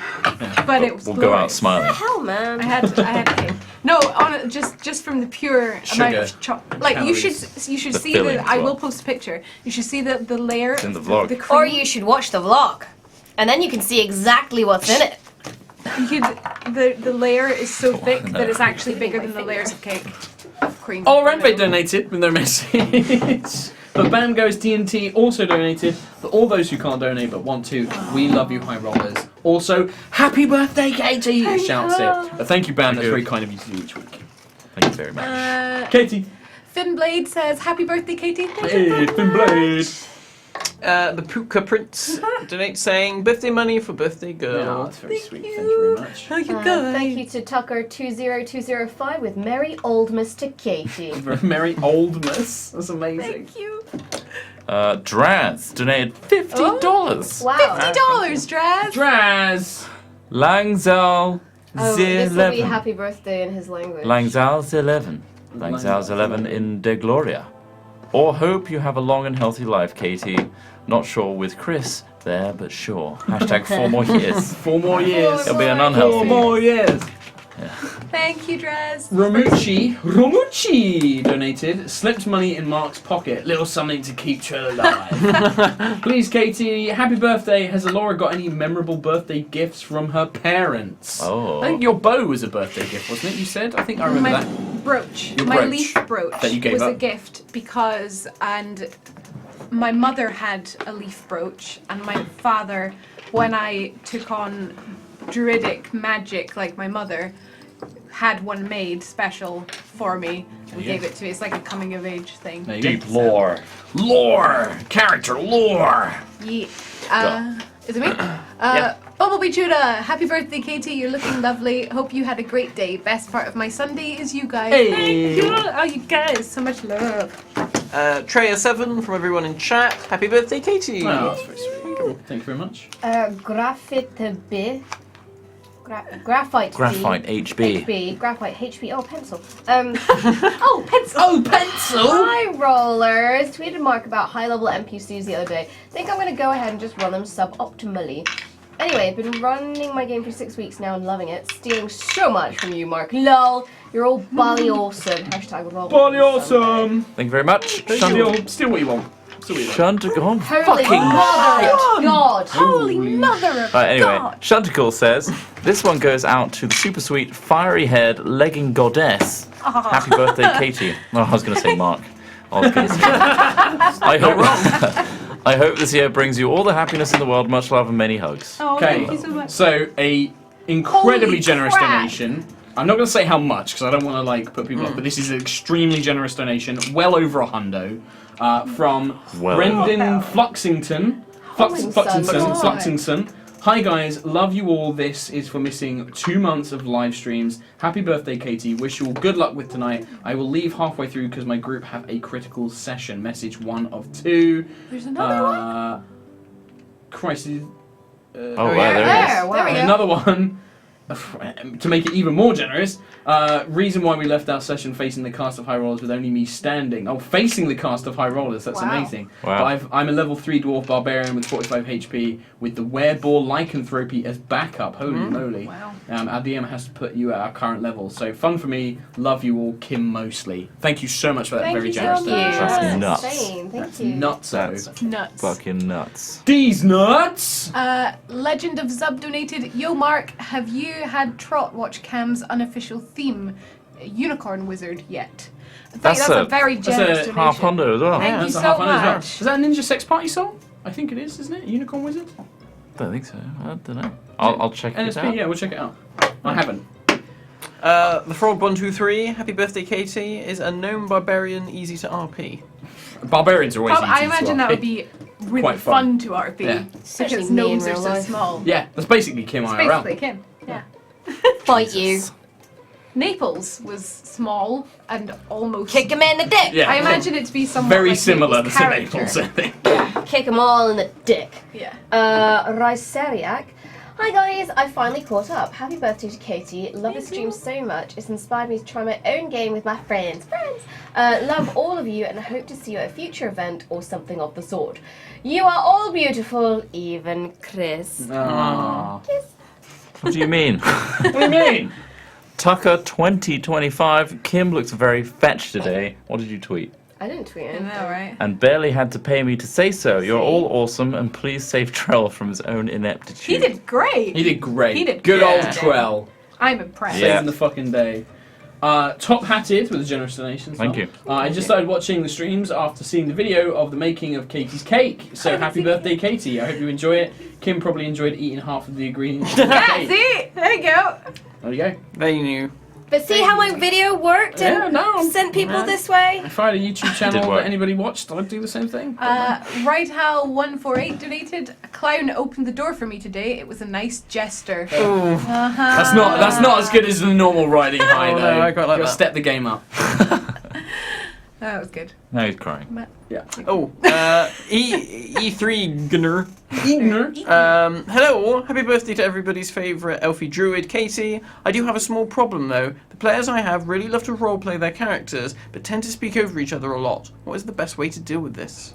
There are ways of dealing with it, like having like a one at a time, have a conch that you pass around. But honestly, You have people the speaking conch. yeah, but people talking over each other is kind of just what happens in D&D, and it's you just roll with it. In We some try cases. and keep it to a minimum If on there- stream because Yeah, it's Yeah. because obviously it's confusing. watching. But like, for example, one thing is you can always have the rule of like, look, you have two people having a main conversation, and if other people want to have a conversation amongst themselves, you kind of whisper it like Whisper quietly it, and yeah. stuff like that. But yeah, unless you want to invoke, I have the talking conch, then there's not a lot you can do. Unless there's something really important going Yeah. on and you want to hear what that specific person's yeah. saying. Then you can basically, if, as the DM, you can always say, shut up a minute, and then you can talk and Yeah. do this one thing. So Just you just got to not- exercise your right. We sometimes talk between the tables, but we do it in a way that's quiet. Yeah, so I yeah, think just as long as you have the rule of Don't be an people ass. don't be really loud about Yeah. Just Don't be an remind- ass. Remind the Don't be players an to have respect. Unless Trot's flipping me the birdie. Have some respect for the dungeon master. Go. Is it? You. it. You. Ramrapara. Matt, have you written down all your racial spells? Magical darkness is your friend when you're trying to hide. Plus, jumping on the manticore with bold, Evandro should totally pop up that stone cleric. No, that's not how that works. Also, yeah, you do. I think you've got them written them down somewhere, but you do have racial spells as Drowy, so you can be like, "Oh, magic darkness." Thank you kindly to Tanath for your generous donation. Thank Happy you. birthday, Katie, and happy 10-month anniversary I know, to right? you all. Oh my god! Wow. Less 4 days. While I've only been a subscriber for 9 months, only, I've been with That's you a from lot. the start, and it's been a wonderful journey. Thanks once again for making this a fantastic year. Thank you, Tanath. Lenu Des donated. Lenu Desu. Katie, happy birthday, my little moonbeam. Moonbeam. Aw. I almost wrote that in your birthday card, but I thought that'd Instead, be he weird. wrote, "I'll try not to To kill you. Laura." Yeah, I thought that was quite nice. For you. Yeah. Well, he Briannic didn't. He kept Music his word. donated. Really with the Greyfriars Bobby joke last week. Greyfriars Bobby. Anyway, quickly putting something in before playing today. Shout out to DM Ali, who's going to be a dick as usual. Matty, Declan, Jordan, and Sam. Sorry about the small donation. Ryan from Scotland. Hey. Thank you. Greyfriars Bobby. That poor. That wee poor dog. That's followed me around to my streams this week. Like, I've had people in my streams pop up and go, "Great prize, Bobby!" Such these a guys, it's respectable these guys. dog. That is such a wee doggy. Oh, that poor Pure boy. Scotty doggy. I was trying to tell them about the history in Edinburgh, and I regret everything about that decision now. What a wee doggy. Let's go with it. It's, Matt. Evil Dr. Ganymede. Happy birthday, Katie. I believe in Trell. There'll be no PCs dying on your birthday. yeah, no Yeah. PC There dash. was, yeah. Do you know what? Trell is a fucking damage beast. Like when Yes. you hit, it's just like. Brah! Yeah. But that also You know, happens to me. two of you are like Come the fucking on. glass cannons. Yeah, You're just like. I Brah! can do damage. I just soak Me it up. too, right? Yeah, I think you're more of the tank though than compared just to that. fall over This a lot. guy, I mean, I don't really know what his job is. He heals. Like, I guess you're like the I make magic annoyance. circles for the wrong monster. Yeah, exactly. Like fiends. And I speak with dead just because I like it.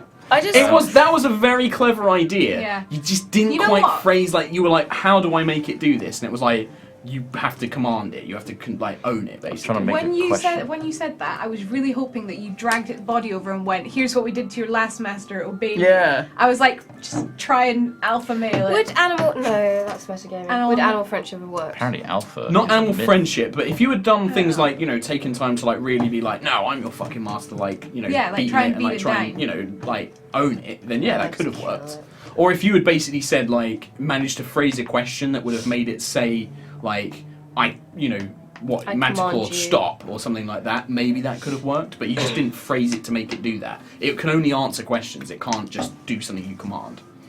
I said, tell me how to.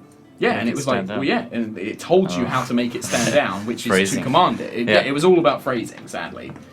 Messed Up Murphy says, "Hey guys, can I say thanks for streaming this? It's really brightened my day. Unfortunately, my passport was stolen and I'm stuck in Barcelona until Tuesday. So the D&D is really cheering me up. Good luck, Trell, if you haven't died.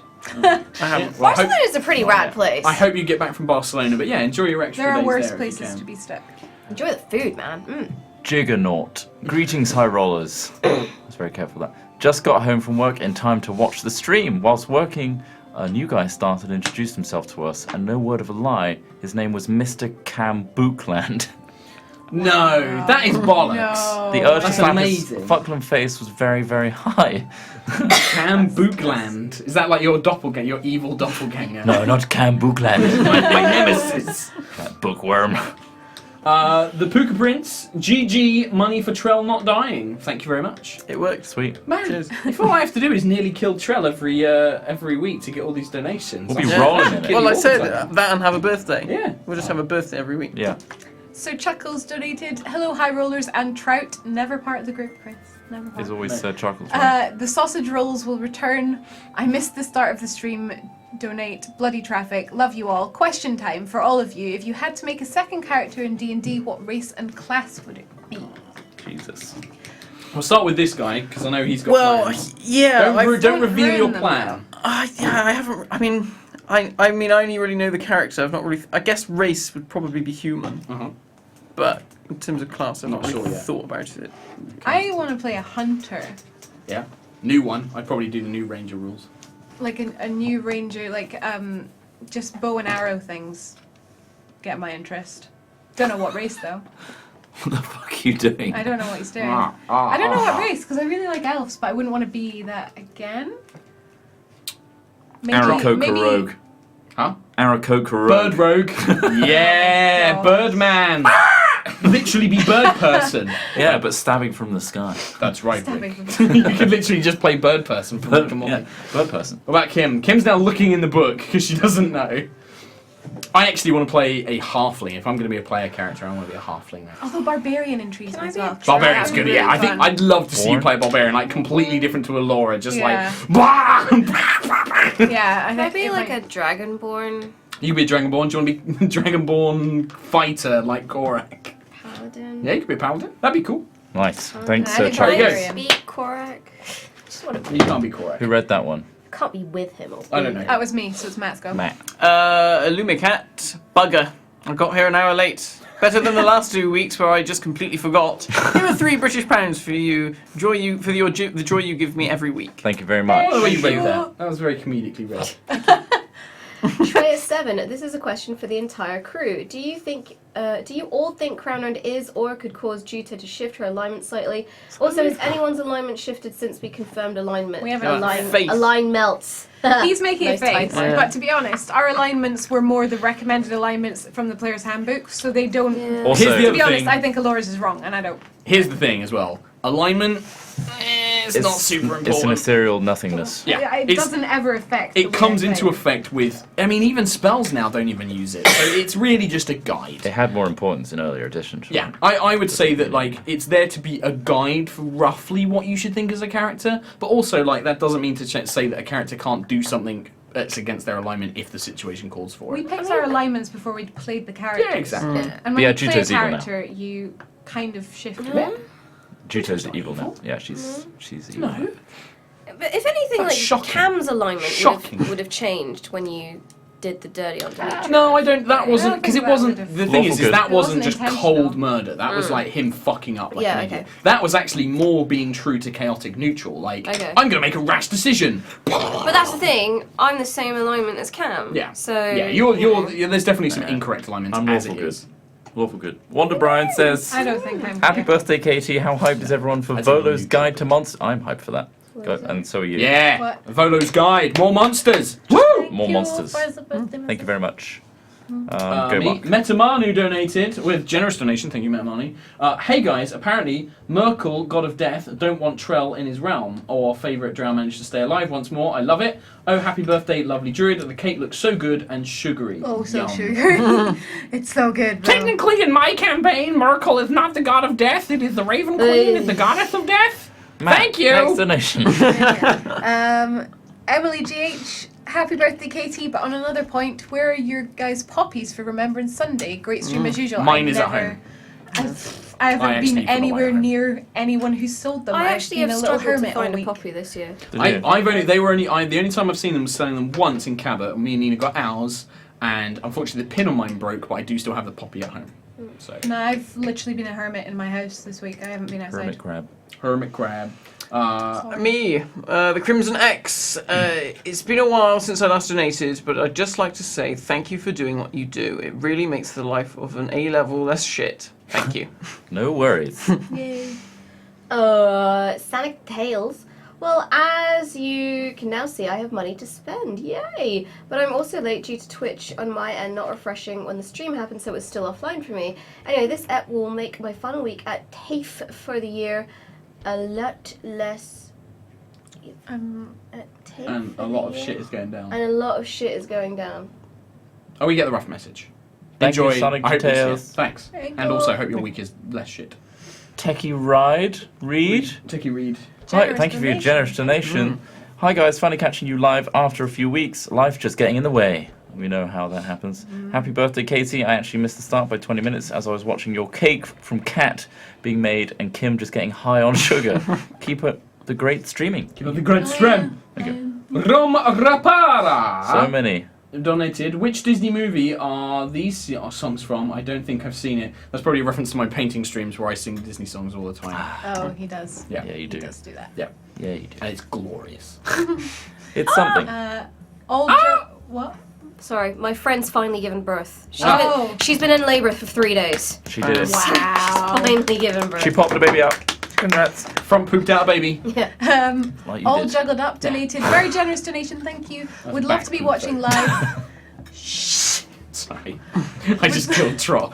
Would love to be watching live, but I've had to go and see Catherine Tate live for my mother's 50th birthday. Evandra saved me. I hope it was okay.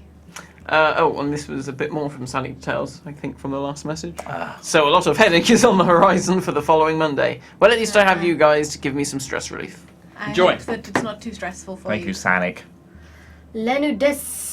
Lenudesu. Triggered. So I have a problem that's one of these. It's not a gift, it's a curse things. I'm just too good at rolling character stats. Like, too good. To the point where I always get at least 118 and never anything below a 10. Why has Evandra made me this way? No, I have the exact same thing. I think every character I've played in your games, I've never had shit stats. Crazy stats. I rolled Alora's stats pretty well. Yeah, Alora's. In I comparison think. to everyone I think else. you've got the best stats on a whole, but then Matt's got caught got up. the second best. I think. Thank This you, is most of Lenudes. them crap, but then Once you've got a couple again. of good ones. Yeah. Thank you for another Gothic donation. Kitty 1313. Good evening, all. Loving the episode so far. Happy birthday, Katie. Hope you all have a great week. Also, Kim, dungarees are on point. Hope you're okay. Dang. Go, Mark.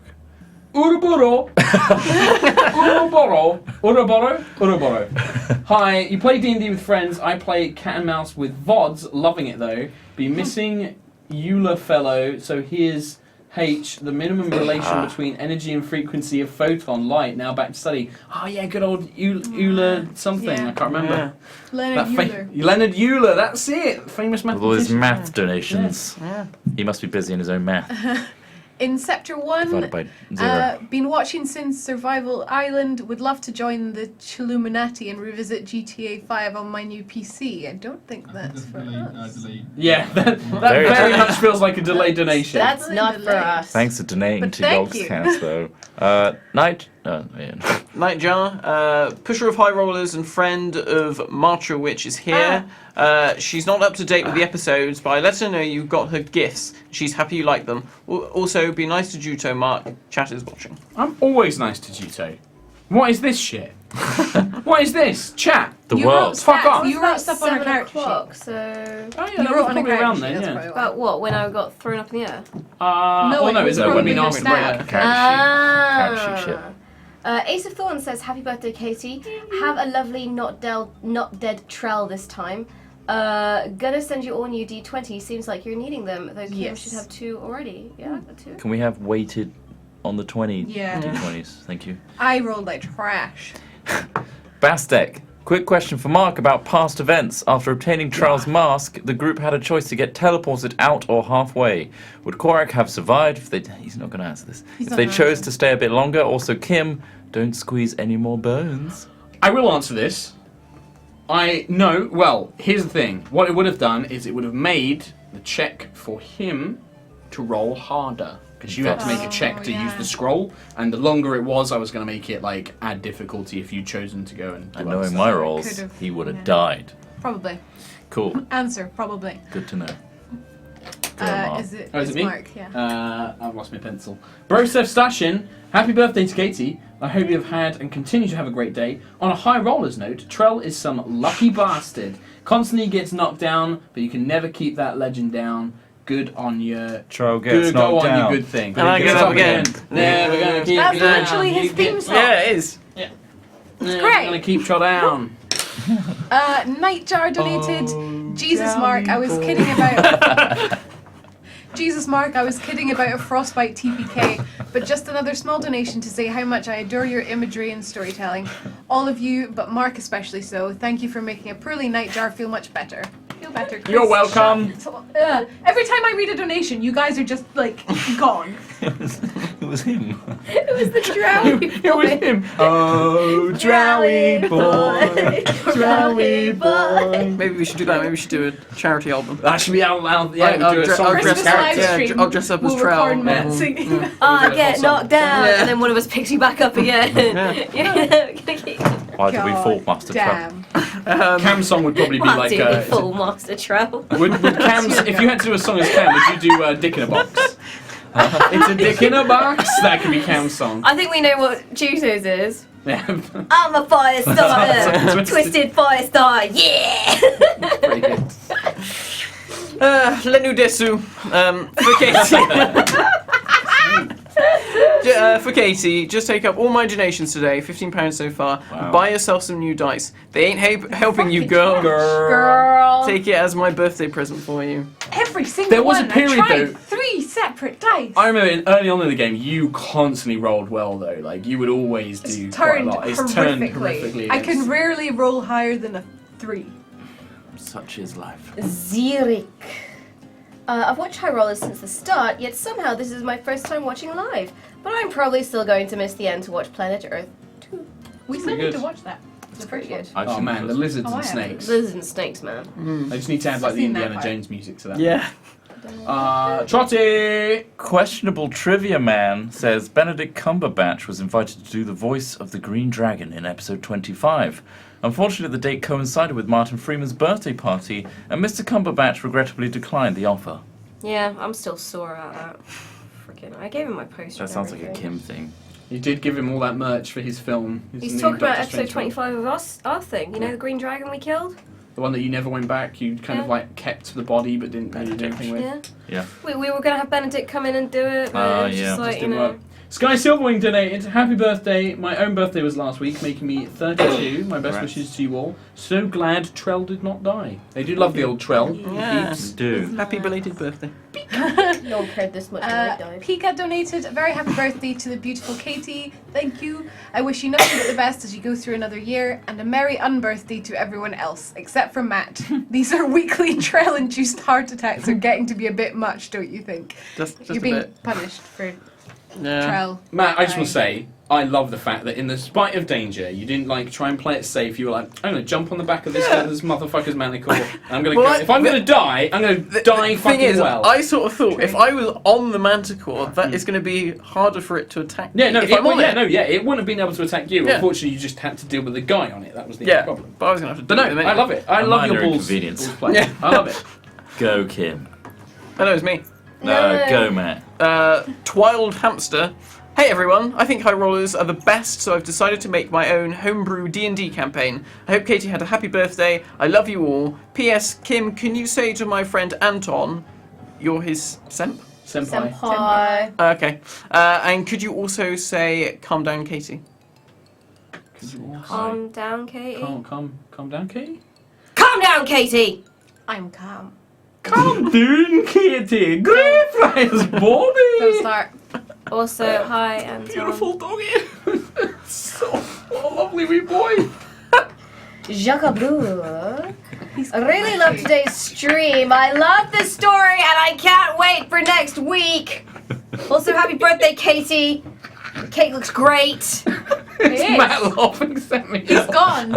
He's making the weird noises that he makes when he laughs too much. It's really high pitched. I When he laughs so hard, he can't breathe. He just goes. He's gone bright red. He's gone beetroot. It's amazing. Ken says, great man. session, guys. Action packed. And happy birthday, Katie. Enjoy all the cake Yog love. Zenny Boy Games. Remember Girly, you bastards.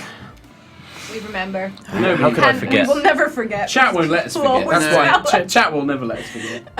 The Aralak donated. Happy birthday, Katie. Thank you very much. Nightjar donated again. All cake, no death. Yay! Fantastic session as usual. Thank you. And Penblood Hapless Katie. Now hang on, let Steve do it. Let Steve do it. Penbloyd Happus. Oh. Plenboyd Happus. We have heard how it's supposed to be pronounced. Thank you. From Wales, Plenboyd Happus, eh? That was lovely. Now he's gone off on that one. Thank you to Abstinence is Cool. Do you know of any real-world based D&D like systems, like set in medieval Europe or something? I'm interested in the idea of D&D, but I dislike high fantasy settings. There is probably no official setting, but you can easily just use the rules. There are also things like Fate and Savage World, which just let you play in any setting that you want, think, and are very limited. Liam O'Brien did one that was set Yeah. literally modern world. Yeah, And you he can do just modern world and Just stuff. adapt it, He yeah. just adapted it. Remove he the did wizards a and one-off sorcerers. crit roll one, and it was just That'd probably be the easiest way Add to the do it. gunslinger in. Yeah, And add just that. yeah. Actually, that's a remove good the one. spells. Yeah. If you wanted to do medieval Europe, I'd just remove the magic classes and just have everything Or else use you could medicine have weapons. you can Yeah. still have magic in like a setting of a modern setting. But like I said, if you don't want to use the D&D setting, things like Savage World or Fate, they're probably your best Yeah. option. The Sid H. Happy birthday to my favourite moon elf. Also, tonight is moon. Tonight Oh is yeah, this is true. the This moon. is It's the super close moon to this. tonight. So this is Supermoon! It is a super moon tonight. That's since 1948. Coincidence? I think not. meant to be. Shikaldi Lord, Shikaldi Lord. Happy birthday, Katie. Shikaka. Hope you enjoyed that cake. It passed Quim's quality checks. It must be good. Mark, what did you do to Juto? He's never. I didn't do anything. Totally. Nothing. You never. I did Nothing at all. nothing. Honestly, yeah. Latef donated, but no message. Thank you very much. Thickish Manatee donated. Thanks for the introduction into tabletop RPGs. So many good memories have been made, and it is all thanks to you guys. Here's to more justice dished out by my winged tiefling cleric of Bahamut and his teenage gnome wild mage ward. That sounds Ooh, amazing. interesting. Great combo. Oh, look at what I've got. Oh! Awkward dog boner. This week's boner rating, Blizzard out of 20. That was a furious, icy blow. Raging hard-on moment. Mother, teach me to firmly grip the snake's slippery and engorged form. Erection rejection moment. Cam should have feigned dick injury for that elf spit. Hashtag bone on Sunday. Oh, it was too easy for you today. It was. Sorry, I'm Just dribbling.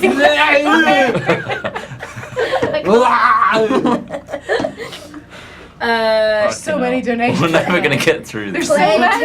Kate. Speaking of Birdman, I have a Birdman warlock who insists on waking up at 5 a.m. every morning, cawing loudly. Oh, you love that shot. Like a rooster man. Like, Punch you in the dick. Frederick Kruger. Hello from Canada. Work has been slow, so I haven't had much extra change lately, but the Christmas season is picking up, and so are my paychecks. So here's a birthday present. Oh, Happy birthday, Katie. thank you. Thank you very much. Setsula donated Holy shit. half hundo. Thank you very hundo. much. Thank you all for this amazing stream. It's absolutely my favourite, and I wish I could throw some money at every week to show my support and love. You guys and gals are glorious, and Mark, you are such a wonderful DM. Much love from Chile, Montana. Thank you Thank you very very much. much. Thank you. OTGoat3, first time donator, as I finally have money, at the expense of missing streams thanks to an insane work rota. But happy birthday, Katie, and great stream, guys. Thank you. Thank you. Thank you very much. Lenu Desu quietly whispers, Desu. So triggered. Oh, nice. And I think Mark should take out. No, you got to do it, Kim, but you got to do it in the voice. No, there's Ferret Boy 42 says, Greyfriars Bobby! Beautiful wee doggy. Poor wee doggy. Hey, he's That's laying the next bit to his that cracks magistrate me for up. 14 years, guys. It's when Mark goes on about, oh, that beautiful wee doggy. That beautiful wee doggy. Called Greyfriars Bobby. We're gonna help. Right, thank you all to everybody who donated, Thank you so especially much. certain Large those very big donations. donations as well. That's Holy very moly. kind of you. Thank you so much. I hope you enjoyed this week's episode. We will be back next week, I think. I don't think we're missing a Yes. week next week. Yes. Nobody's We'll be back next week to continue the saga of the Frost Whisper, the Frost Walker elves, and the Elven Spires. And yeah, we'll see you next time. Spread the word of HighRollers. Spread the word. Tell all of your Take to the friends. streets with your leaflets. Yep, do it. Book of High Rollers. Book of HighRollers. Please, Iraq let me and tell me. you. Iraq and me. Cool, and we will see you guys next time. Ta-ra. Bye.